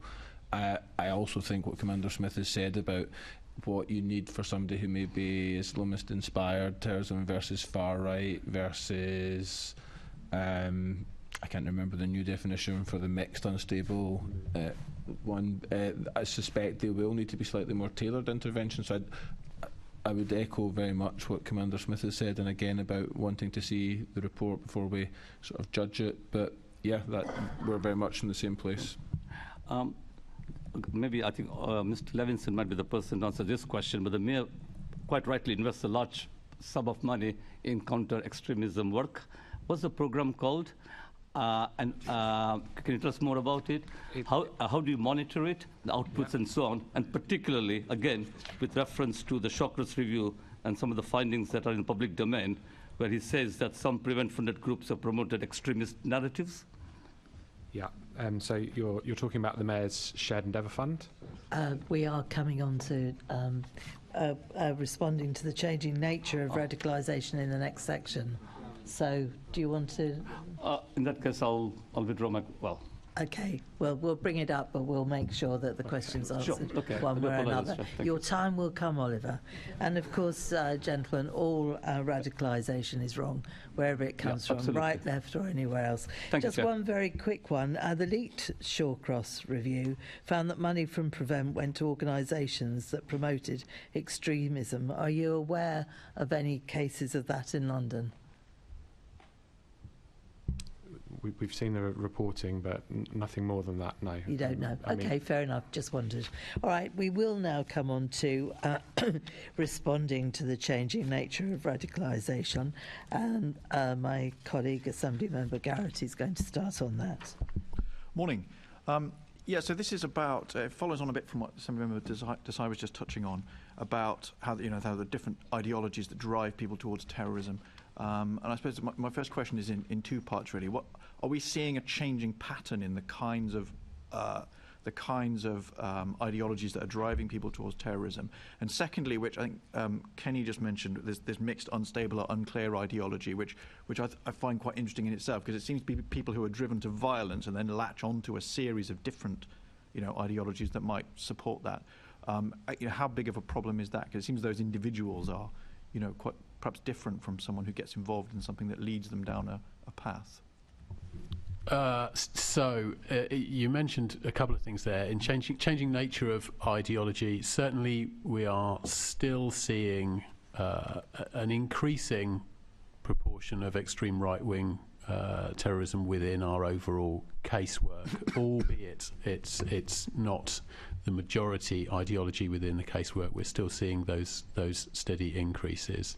On the wider question about changing nature of radicalisation, we still see radicalisation taking place if you like, in the real world, where there is a malign influence in a person's life, whether that's a young person, or whether it's a vulnerable person, or anyone actually, some malign influence, somebody they know who is intent on steering them to thinking in a certain way.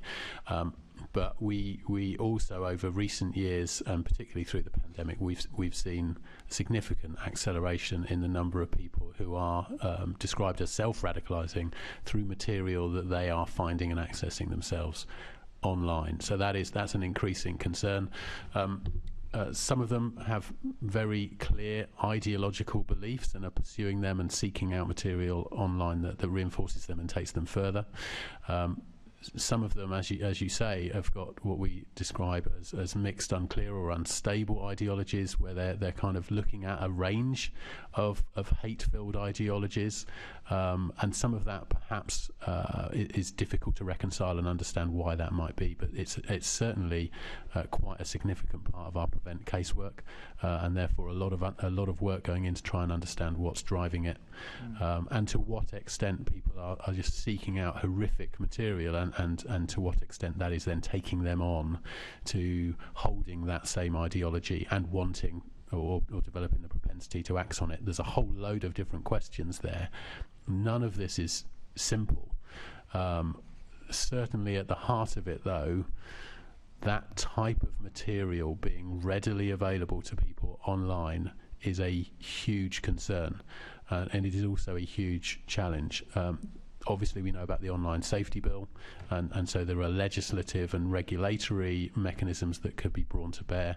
There are operational interventions from us through the Counter-Terrorism internet referral unit, for example, and there's very certainly a role to play by the private sector and big tech firms in ensuring that this material is not hosted on their platforms, or if it is removed very, very quickly, and certainly before it can proliferate. So it's challenging, but at the heart of it, that availability of horrific, and some of it is really horrendous material online, is a massive concern. Yeah, you've actually foreshadowed where I was going with my next couple of questions, actually. So specifically on the online radicalisation, I think we had some discussion at our last meeting about the extent to which this concept of self-radicalising, someone, the caricature is somebody sitting in their bedroom accessing all this information, unbeknownst to anyone really, apart from just themselves, sort of radicalises themselves to a point of violence, versus whether that is almost a sort of marketing exercise, and the really dangerous stuff starts happening when they contact people in the real world. Is there, is that the pattern, or firstly, what challenges does that create? What new challenges does that create? And secondly, this transition perhaps from online to offline world, is that still an important transition that people make? So yes, that is important. When we talk about the threat diversifying, and this is only one aspect of a diverse array of threats, individuals are approaching this in some very different ways. When we spoke about online radicalisation in the past, we might perhaps have been talking to people accessing material and then going on to join, specialist chat rooms, if you like, or groups where they were exchanging views with real people who may be in different countries or abroad, or specifically online in order to try and seek out people who they could radicalise. When we talk about self-radicalised individuals, some of those aren't necessarily accessing anyone. Ali Harbi Ali, for example, who carried out the horrific and tragic murder of Sir David Amess, would be an individual who sought out some material online, but to the best of our knowledge was not engaging with other people at any point during his radicalisation or his planning phase. So I think it's around that diversity of threat. At the heart of it, the availability of this material is clearly a very adverse factor, and something that we should be really keeping tight focus on doing something about, even though it is hugely complex and involves a whole array of partners across the world. So as I said, it's everyone from the big tech firms all the way down to the activities that we can do about spotting people we know accessing that material or their behaviour changing as a result of the things they're seeing. Okay, so that leads us obviously on to the online safety bill, which you mentioned earlier. So that's obviously still trundling its way through Parliament. I mean, are there provisions in that you think will help to tackle this? Or as we were talking earlier about the Shawcross, actually a lot of work that needs to happen is sort of happening anyway, and that's a sideshow? It's probably not appropriate for me to comment on particular parts of the bill whilst it's still being debated. Okay. But just to reassure you that we in counter-terrorism policing, and in fact policing more widely, have obviously been key stakeholders and consulted in the formation of that legislation as it's progressing through.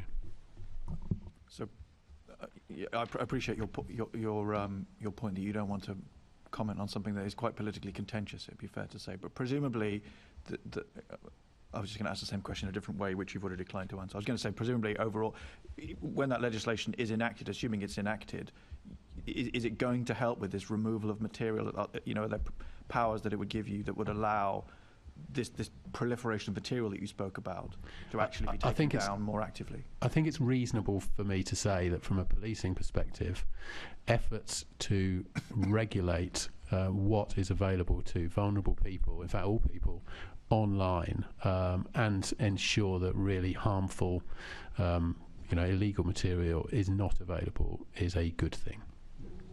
Okay, I think you threaded the needle there. Well, thank you. I don't know whether MOPAC wanted to comment whether there's something in the online safety bill that you see as being helpful or useful to what you're trying to achieve in this area.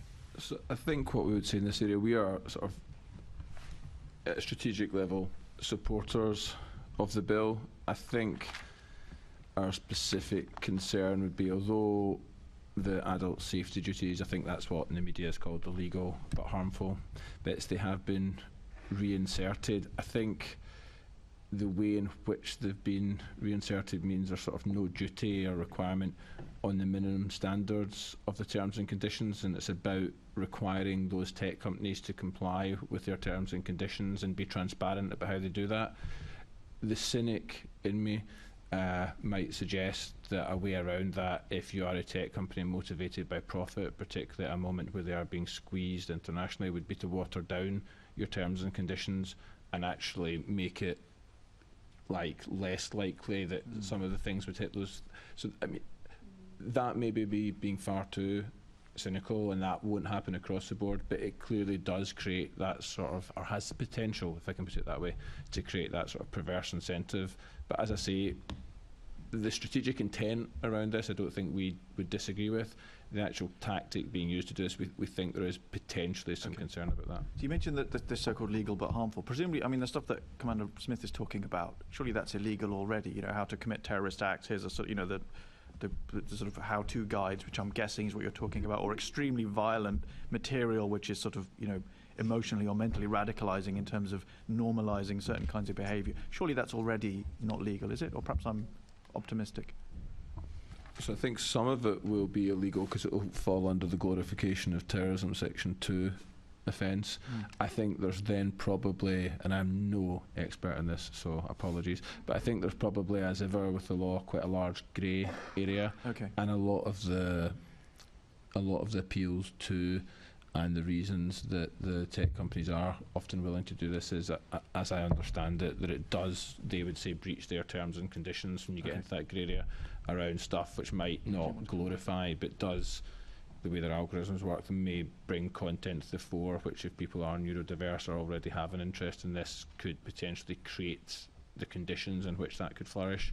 So I think there's probably a sliding scale, and I don't know exactly where you draw the line on that scale. Okay, I get you. Did you want to come back on that, Commander Smith? Sorry, I wasn't sure from your body language whether you were itching to come in or happy not to. I think there is some material which is clearly illegal, and particularly outside the terrorism realm when we're talking about you know, child sexual activity and abuse. That sort of material clearly illegal. On the terrorism side, as you said, there will be some material which is unlawful, and beyond that is where I think some of the debate is taking place. Okay. I think that makes sense. So moving on to a different sort of change in the sort of the nature of radicalisation. I think you mentioned this earlier, Commander Smith, about more younger people being picked up. What sort of age range are we talking about, and to what extent is that a sort of new phenomenon of, you know, younger people? I assume we're talking about sort of teenage, you know, adolescents who are getting involved. Is that a new thing that's now happening? So we are seeing a steady increase in younger people and the numbers of younger people, both in the prevent cohort, but more specifically within our investigation casework, and it is that latter group which I'm referring to now. The numbers are small, I mean really very small, but nonetheless increasing, and that is a concern. It therefore brings real challenges to us in balancing up the interventions that are required. So if, for example, we're looking at a young person with complex needs who nonetheless is posing a very significant threat to public safety, or indeed to themselves, sometimes both at once, the interventions and the balance can be really quite challenging. In some cases, those young people, because of the nature of their activities, have ended up being drawn into the criminal justice system and facing a full terrorism investigation. We are working extremely hard at the moment to ensure that our approach to those cases is balanced, is as well informed as possible, and again drawing on some of the discussions we had earlier around neurodiversity, complex needs and so on, but and still keeps public safety at its heart, but again, we work within an established statutory structure around terrorist offences and the way that they're addressed. So it's an area of huge focus for us at the moment. Public safety sits at its heart, but as we see steadily increasing numbers of younger people and people with complex needs in that casework investigative cohort, we are really paying huge attention, and we've got some project work running at the moment to give us the granular understanding of the type of challenges those young people have and how best to address them within the confines of counter-terrorism legislation and the other structures that we have. It's not easy. No, I appreciate. I think just my final question then is just thinking about what you were saying, particularly about younger people. Some of the other meetings we have on this committee are about younger people involved in violence, and I just wondered to what extent there's crossover between young people who are involved in serious youth violence versus the people you're talking about who are getting involved in terrorism. Are they different cohorts of people getting involved in different kinds of activity for different reasons, or is there some overlap between people who have a sort of, I don't know, what's the word, proclivity, interest in violent activity, who may be involved, across both of those categories? So I'm not sure we've got a definitive answer around the crossover. Certainly, because we've got a relatively small number within the counter-terrorism casework cohort, although growing and of concern. On a case-by-case basis, there may be some crossover. I think there are probably people better qualified than me to comment on the drivers of the groups. From a policing practitioner perspective, I suspect that there will be significant commonality amongst the cohorts on some of the adverse influences that have caused them to find themselves where they are. Domestic abuse, for example, drug abuse in the household, mental illness within the household, for example, will be, I'm sure, prevalent in both cohorts. And then we certainly know that domestic abuse in the background of our terrorist cohort, and actually alongside terrorist offending, is a factor. So that will be common. There will also then be separate factors that perhaps lead people into radicalisation or adoption of a particular ideology that will be bespoke to counter-terrorism. But there will be others who are more qualified academically and otherwise to comment on the overlap between those cohorts and some of the drivers, I'm sure. Okay, thank you very much. Thanks, Chair. Thank you, Assembly Member Mahoma. Thank you, and good morning to all of you.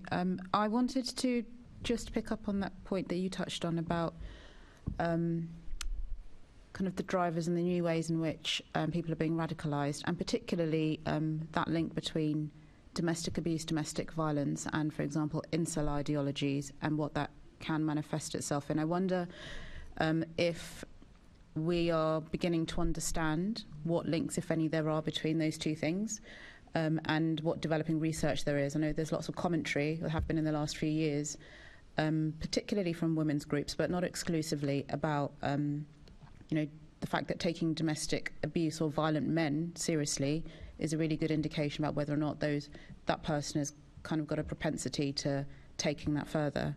So perhaps if I could start with Commander Smith and then Chief Superintendent Williams. I'm not sure we have a deep enough understanding yet of the crossovers between domestic abuse and incel ideology. The kind of incel movement is broad and has a number of facets to it. I think we're all starting to learn that. We certainly know from our research that domestic abuse is a significant factor in the background of quite a number of our terrorist cohort, i.e. growing up with domestic abuse or also being perpetrators of domestic abuse. And that appears to be, to an extent, statistically significant. But again, our understanding of that is probably not as comprehensive as we'd want it to be.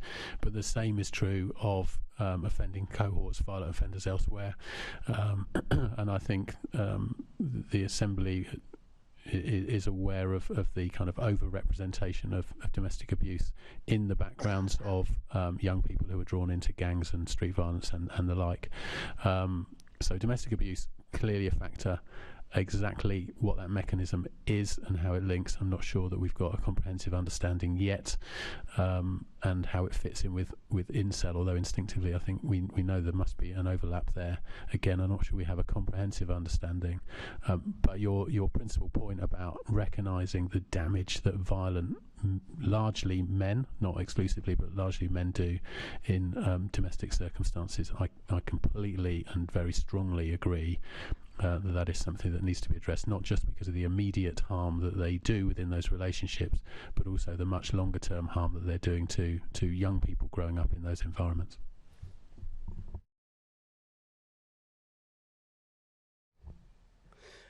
Yeah, I would just add that there has been not just domestic abuse, but significant academic research into acute childhood experiences as well, and how that can impact on either criminology or criminal behaviour or ideology. So whilst domestic abuse is a factor and a key factor, there's also a number of others, and when they come together, the impact of all of them together can also influence the behaviours of adolescents and then going into young adulthood. And there is still academic research going on into that to look at what can be done and what trigger points we can look at to try and get in prior to even perhaps prevent or anything else where we understand what could cause those behaviours. Thank you. And so this, in my mind, it is related, but you may disagree. But there's recently been reporting about a guy called Andrew Tate, and for many people he won't be very well known, but for, again, I come back to kind of young boys at school, of school age or kind of under the age of 20, I suppose, is somebody who's well known, and it perpetrates a particular ideology and approach to a laxity around violence and coercive control. With kind of that kind of bubbling, that sort of idea bubbling on the internet, how are you keeping up with that very fast-moving way in which young people understand kind of a new normal, which is perhaps a little bit more violent and can leads to the things that you said, so people in the equivalent of chat rooms, kind of WhatsApp groups and so on. How do you then kind of enter those spaces to safeguard those people? I think recently we've seen that teachers and parents have retroactively been aware of what their children have just been talking about as if it were normal without anybody's really oversight. Was that question to me? Okay, it's deeply troubling, and I think it goes to one of my very first points today about the kind of the team effort that is required around this, and to some of the conversation around community confidence and the importance of that. Policing certainly has a role to play in this. Counter-terrorism policing certainly has a role to play once certain thresholds are met, when the definition of terrorism is very clear. So certainly we have a role to play, and prevent in particular does, once somebody has already started to show signs of holding an ideology that is that harmful.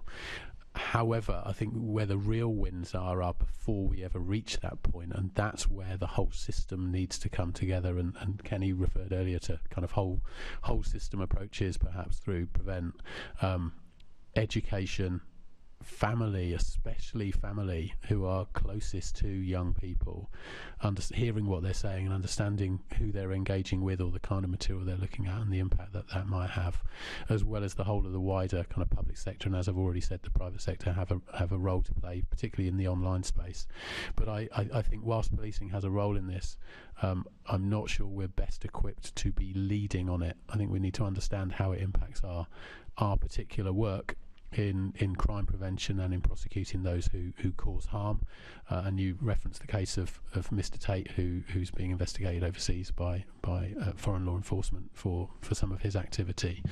So we have a role on that side, on the criminal justice part, and also on crime prevention. But there's a whole range of partners who also have huge purchase in this arena. But I don't think it's simple for any of them. We talked about education earlier, but there are others as well, all wrestling with the proliferation of really challenging material and views, and how we ensure that young people have got a really balanced understanding of what they're seeing, and are getting moderating voices, influences and perspectives to help them form their view of the world, rather than just accessing some very extreme material and thinking and adopting it as true. And then just so kind of that segues nicely into my last question. Kenny and Oliver mentioned earlier that, or said in response to a question, that the police were the right people to be leading on that terrorism response. But there is an element of safeguarding that your response just now suggests that there's other people that should be part of preventing, radicalisation, not terrorism, preventing radicalisation. And so, given where we are with the finances and staffing issues in other parts of the public sector, particularly children's and adult social services, how much of that, if you like, slack is being passed over to you, and what would make it work better for them to have greater ownership? What would need to change? So when I referred earlier around the kind of the obligation, statutory obligation around preventing radicalisation sits with policing, but also with our partners in local authorities and health, and you'll be aware of the strength of the partnerships across London, given 32 local authorities and the city all working in concert on that. The question of to what extent is that safeguarding work coming over to police? I'm not sure I can quantify that, but I do recognise that the resourcing challenges we all face do add a real challenge when we're looking at the volumes we're talking about. And at the moment, I don't think we fully understand the impact that the pandemic and lockdowns had, particularly on young people, but on other vulnerable people as well. There are studies across the country. I heard about one in Bradford the other day, at scale, to look at what the impact of that is going to be. But I think we're at the early stages of that understanding. But undoubtedly, it's increasing the volume of people who are either mentally ill or other complex needs, and therefore are at risk and in need of help. And I think it is that whole system approach to make the very best of the resources we've got available and understand what works and what doesn't is where the heart of it is. And also that we, once again, are working really collaboratively in our partnerships, rather than, as you say, moving demand around, just understanding how we work best together to be as efficient as we can, but also as effective as we can in countering the harm that we're seeing. And just really quickly to Oliver, is that something that MOPAC might be able to assist with, so understanding the volume of displaced prevention work, for want of a better phrase? Yeah, absolutely. So we have an oversight and governance strategy within MOPAC to formally look at MPS activity. Within that, we all have access and interactions with colleagues in the MPS around statistics around prevent. So absolutely, that's something we're mindful of. I think there is a lot of good work going on around radicalisation cases that have poor mental health implications or neurodiversity. There's been the creation of safeguarding hubs that have been, I think, very, very successful, but those systems can't be overburdened because of slack in the system that's being let down by resourcing issues. So it's something that we're very mindful of, and Deputy Mayor Linden's very interested and passionate about that area of work. So it's a regular item at the contest board. Thank you. Assembly Member Desai. Thank you, Chair. Again, Commander, my questions are to you. So look, we talked in very general terms. So you've got individual extremists and you've got organized sort of groupings. In terms of organized groupings, whether online or offline, which groups sort of worry you most? Where do you see the threat coming from in an organized form, no matter which end of the political spectrum it comes from? And in terms of social media, we've talked very general again, but do platforms like Telegram particularly worry you? And I'll tell you why I ask you this, why I single out Telegram. Hope Not Hate, an organization that I'm sure you're familiar with, in their 2020 report, The State of Hate, have commented on the laxness of Telegram in allowing extremists abusing their platform. Have you been in touch with Telegram? Indeed, in their report, 2020 report, in the section on the threat from the far right and terror, they actually, a subheading highlights the centrality of Telegram in terms of how extremists use that particular platform to organize, to recruit, to network. So I've talked a little bit about the diversity of threat and how challenging that is, and we've also referenced a little bit about the challenge of discovery, i.e. identifying who might pose a threat, whether they are self-radicalising, accessing online contacts and being radicalised by them, or anything in the real world. And that challenge that we have both within self-initiated terrorists who are acting largely alone, and you know, some of the more complex challenges around groups or individuals who are working in concert together, some of which we've got going through court at the moment and have done in the past. So it's a very diverse threat. It manifests differently in terms of their behaviours and engagement, in terms of ideology, actually. So we do see some nuances, but one thing that is common is that in terms of the places to find them, it's a moving picture. What we find is that groups will coalesce around particular platforms where they think they're able to communicate more safely, more freely, or where they're less likely to be addressed. But that again is a complex and moving picture, which is why we engage with the tech sector, and I'm not going to discuss exactly who and to what extent we're talking with the private sector and different tech companies, but there is certainly a role for them across the board in ensuring that the platforms they provide are as hostile to this kind of behaviour as possible, and to work with us on that. But I won't be drawn into conversation on individual providers that we may or may not be engaged with and exactly what those discussions are like, but they certainly have a significant role to play. But I think the key point to take away is this never stands still. It's constantly moving, both for us and for, if you like, our adversaries, those people who would seek to do harm to communities in this country, who will seek out areas where they feel safest to operate. And it's inherent on all of them to try and minimise that space so that they don't have safe places to proliferate and to spread their views. I should just say, obviously I'm going by what I've read in Hope Not Hate's 2020 report. Presumably you read it. If not, can I direct your attention to what they have to say about one or two of the social media companies? National action have been prescribed, but yesterday I read about a group called Patriotic Alternative.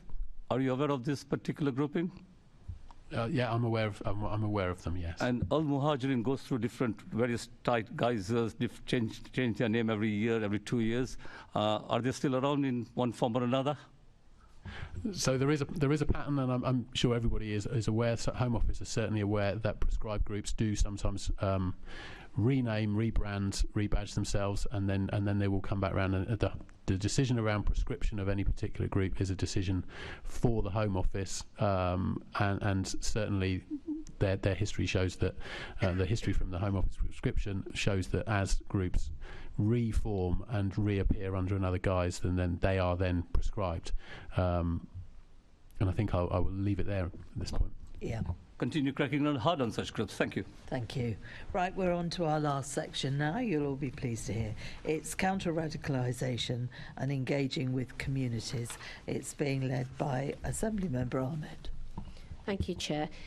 Mr. Levinson, this is a question for you. What evaluation has been conducted on the impact of the Shared Endeavour Fund, and what does that show? Thank you for the question and the opportunity to talk about the Mayor's Shared Endeavour Fund.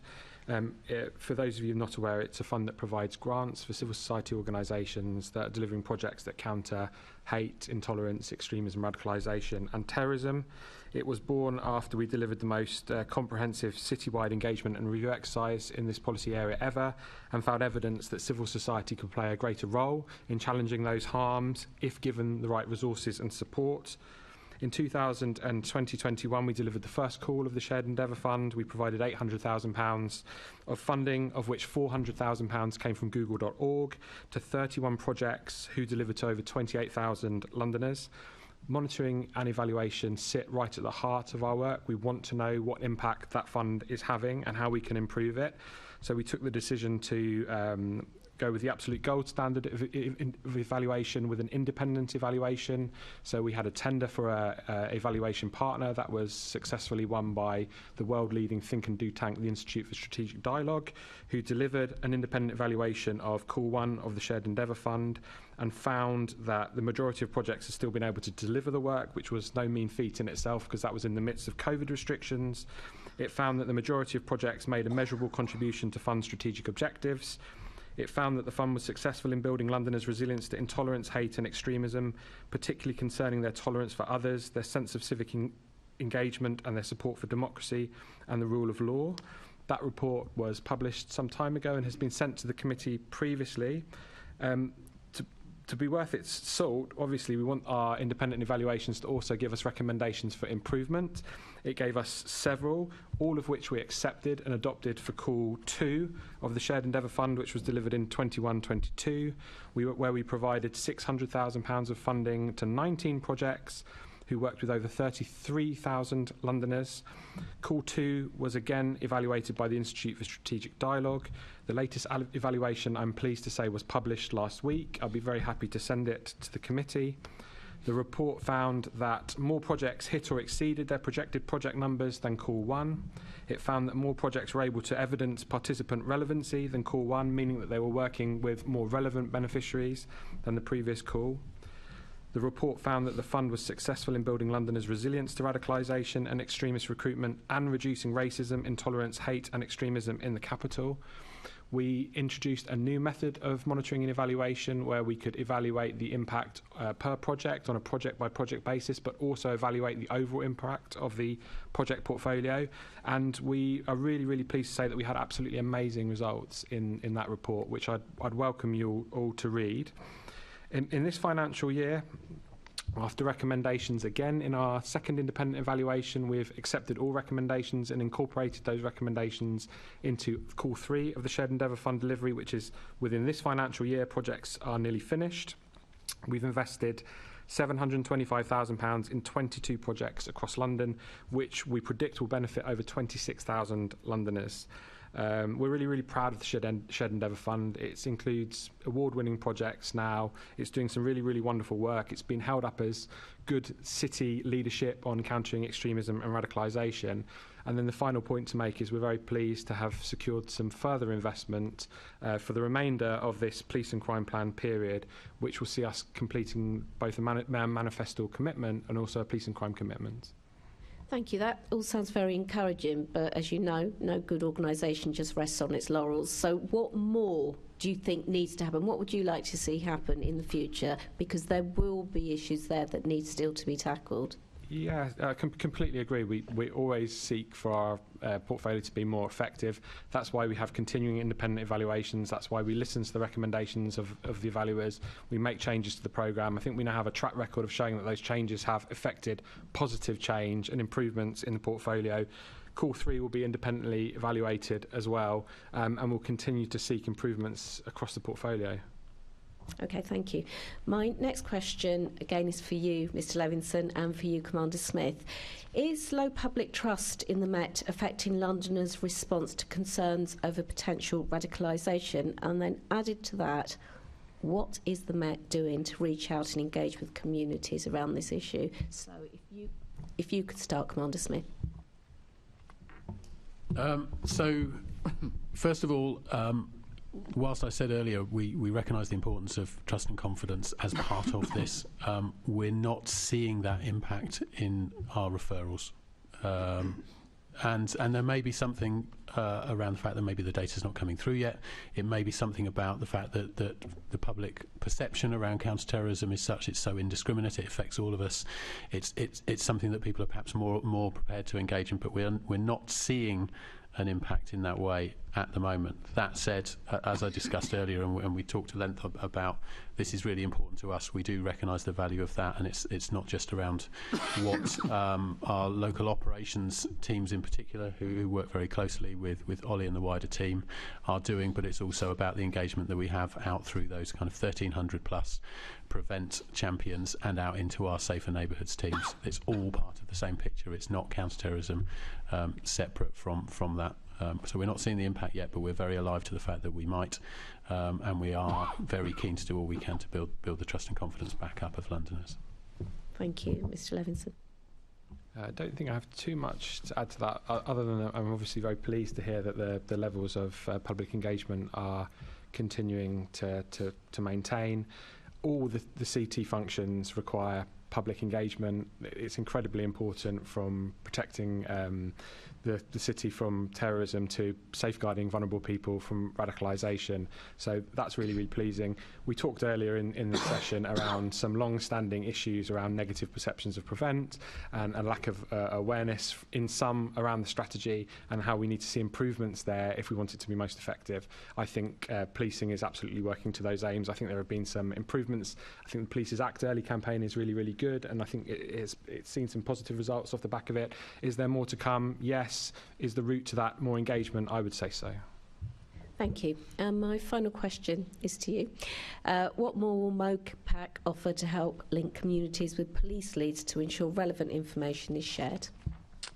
Yeah, that's a really good question. We are very lucky to have very, very good links into multiple contacts and communities across the capital. I mentioned earlier that a few years ago now, we delivered the most comprehensive engagement and review exercise ever. That amassed several contacts, so thousands of contacts that we maintain to this day.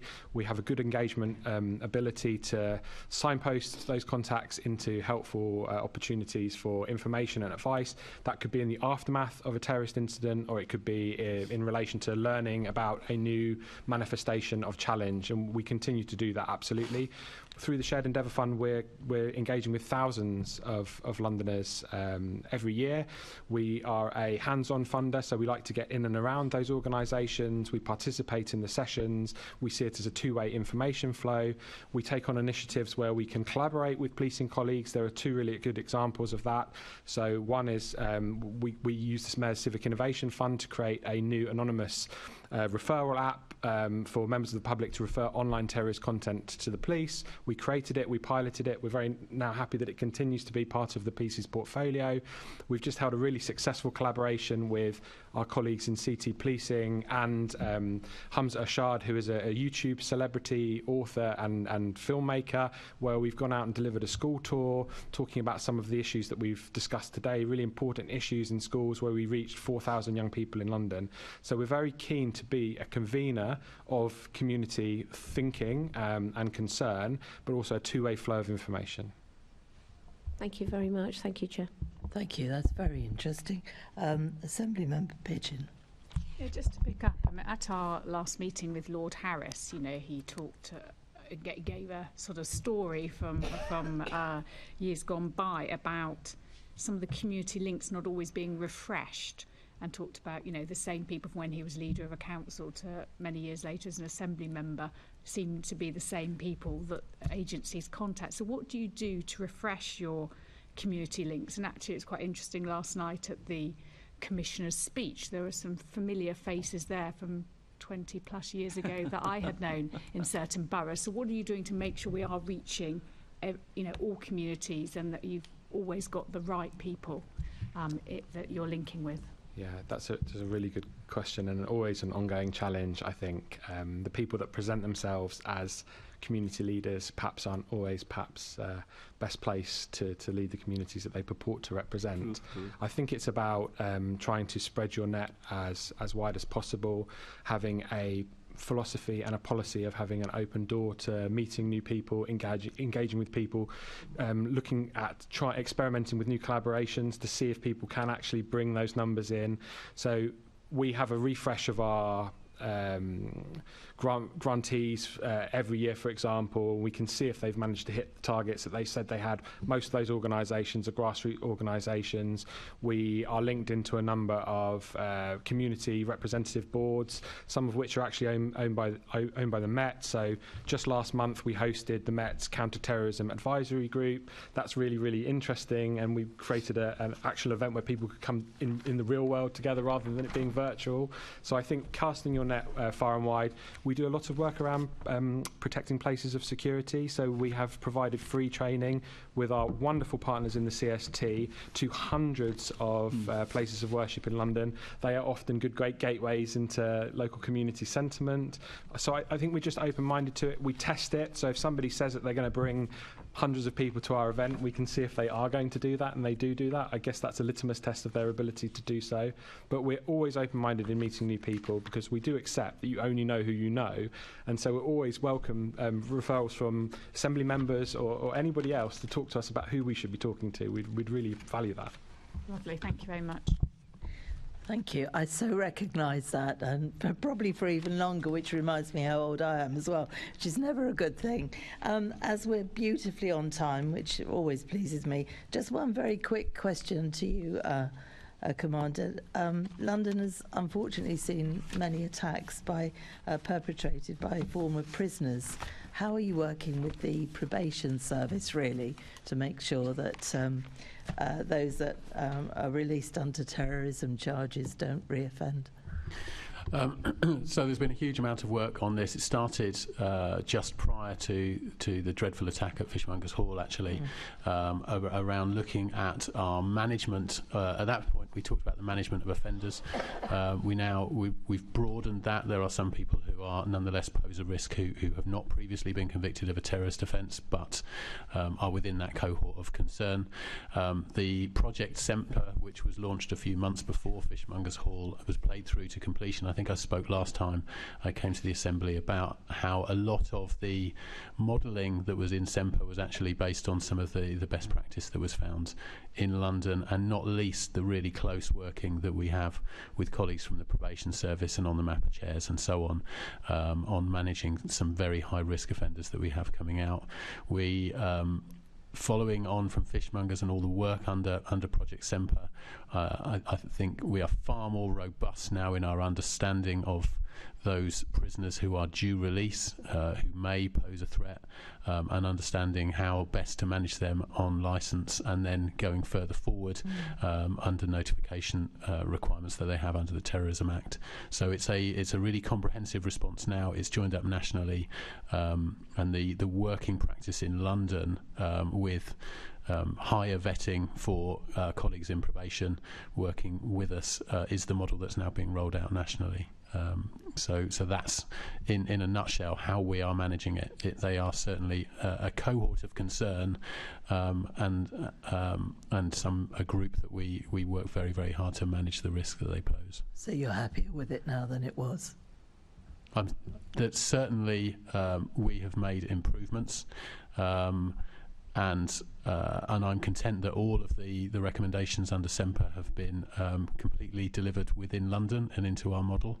But I do recognise the risk that cohort of individuals continues to pose, and some of them are extremely challenging to manage. An example, if I may, Sudesh Aman, the young man who launched an attack on Streatham High Road, had recently been released from prison and came out as an individual who we were very concerned about. And it was that concern that actually enabled us to end his attack within 62 seconds. But nonetheless, you see the nature of the threat that individuals like that can pose. We certainly do, and we're very grateful for the amount of work that goes into it. Very, very... Chair, sorry, this does worry me, because we know from past experiences prison is where a lot of radicalisation takes place. It should be a place for rehabilitation, but sadly that's not the case in some instances. So you talked about more vetting of probation staff. Presumably that extends to all aspects of prison service, including external visitors and dare I say this, but religiously accredited representatives going in to talk to prisoners? Sorry, I mean that's a much wider question, and perhaps one for the Prison and Probation Service. I was referring to the specialist team within the Probation Service who we work with on managing the highest risk terrorist prisoners who are released, who have higher levels of security vetting and therefore access to the same intelligence material that we're able to access. Well, I won't pursue this point because of time, but just going back, I think that's an area that has been commented upon. What sort of rehabilitation goes on, who trains them, what sort of people go in, as I say, religious accredited representatives amongst others? Right. I think we'll write to the probation board and see what they can input into our things coming through. Chair, I think it's more than probation. I think it should concern them as well, but I'll leave it at that. Okay. All right then. But that brings us to the end. First of all, Chief Superintendent Helen Williams, thank you so much for making the effort to come when you're clearly very poorly. Gentlemen, thank you very much indeed. Counter-terrorism is always a fascinating subject, and of course it is everybody's responsibility to inform the police if they think something's not right. So thank you very much for attending and answering the committee's questions. Can I ask the committee to note the report in the discussion? Thank you. Can we also delegate authority to me as chairman in consultation with party group lead members to agree any output arising from the meeting? Thank you. Can I ask the committee to note the work programme for 22-23 Assembly year? Thank you. The next meeting of the committee is scheduled for the 25th of January 2023 at 10 a.m. in the Chambers City Hall. I have no other urgent business, so that concludes today's meeting. Thank you. Thank you, Chair.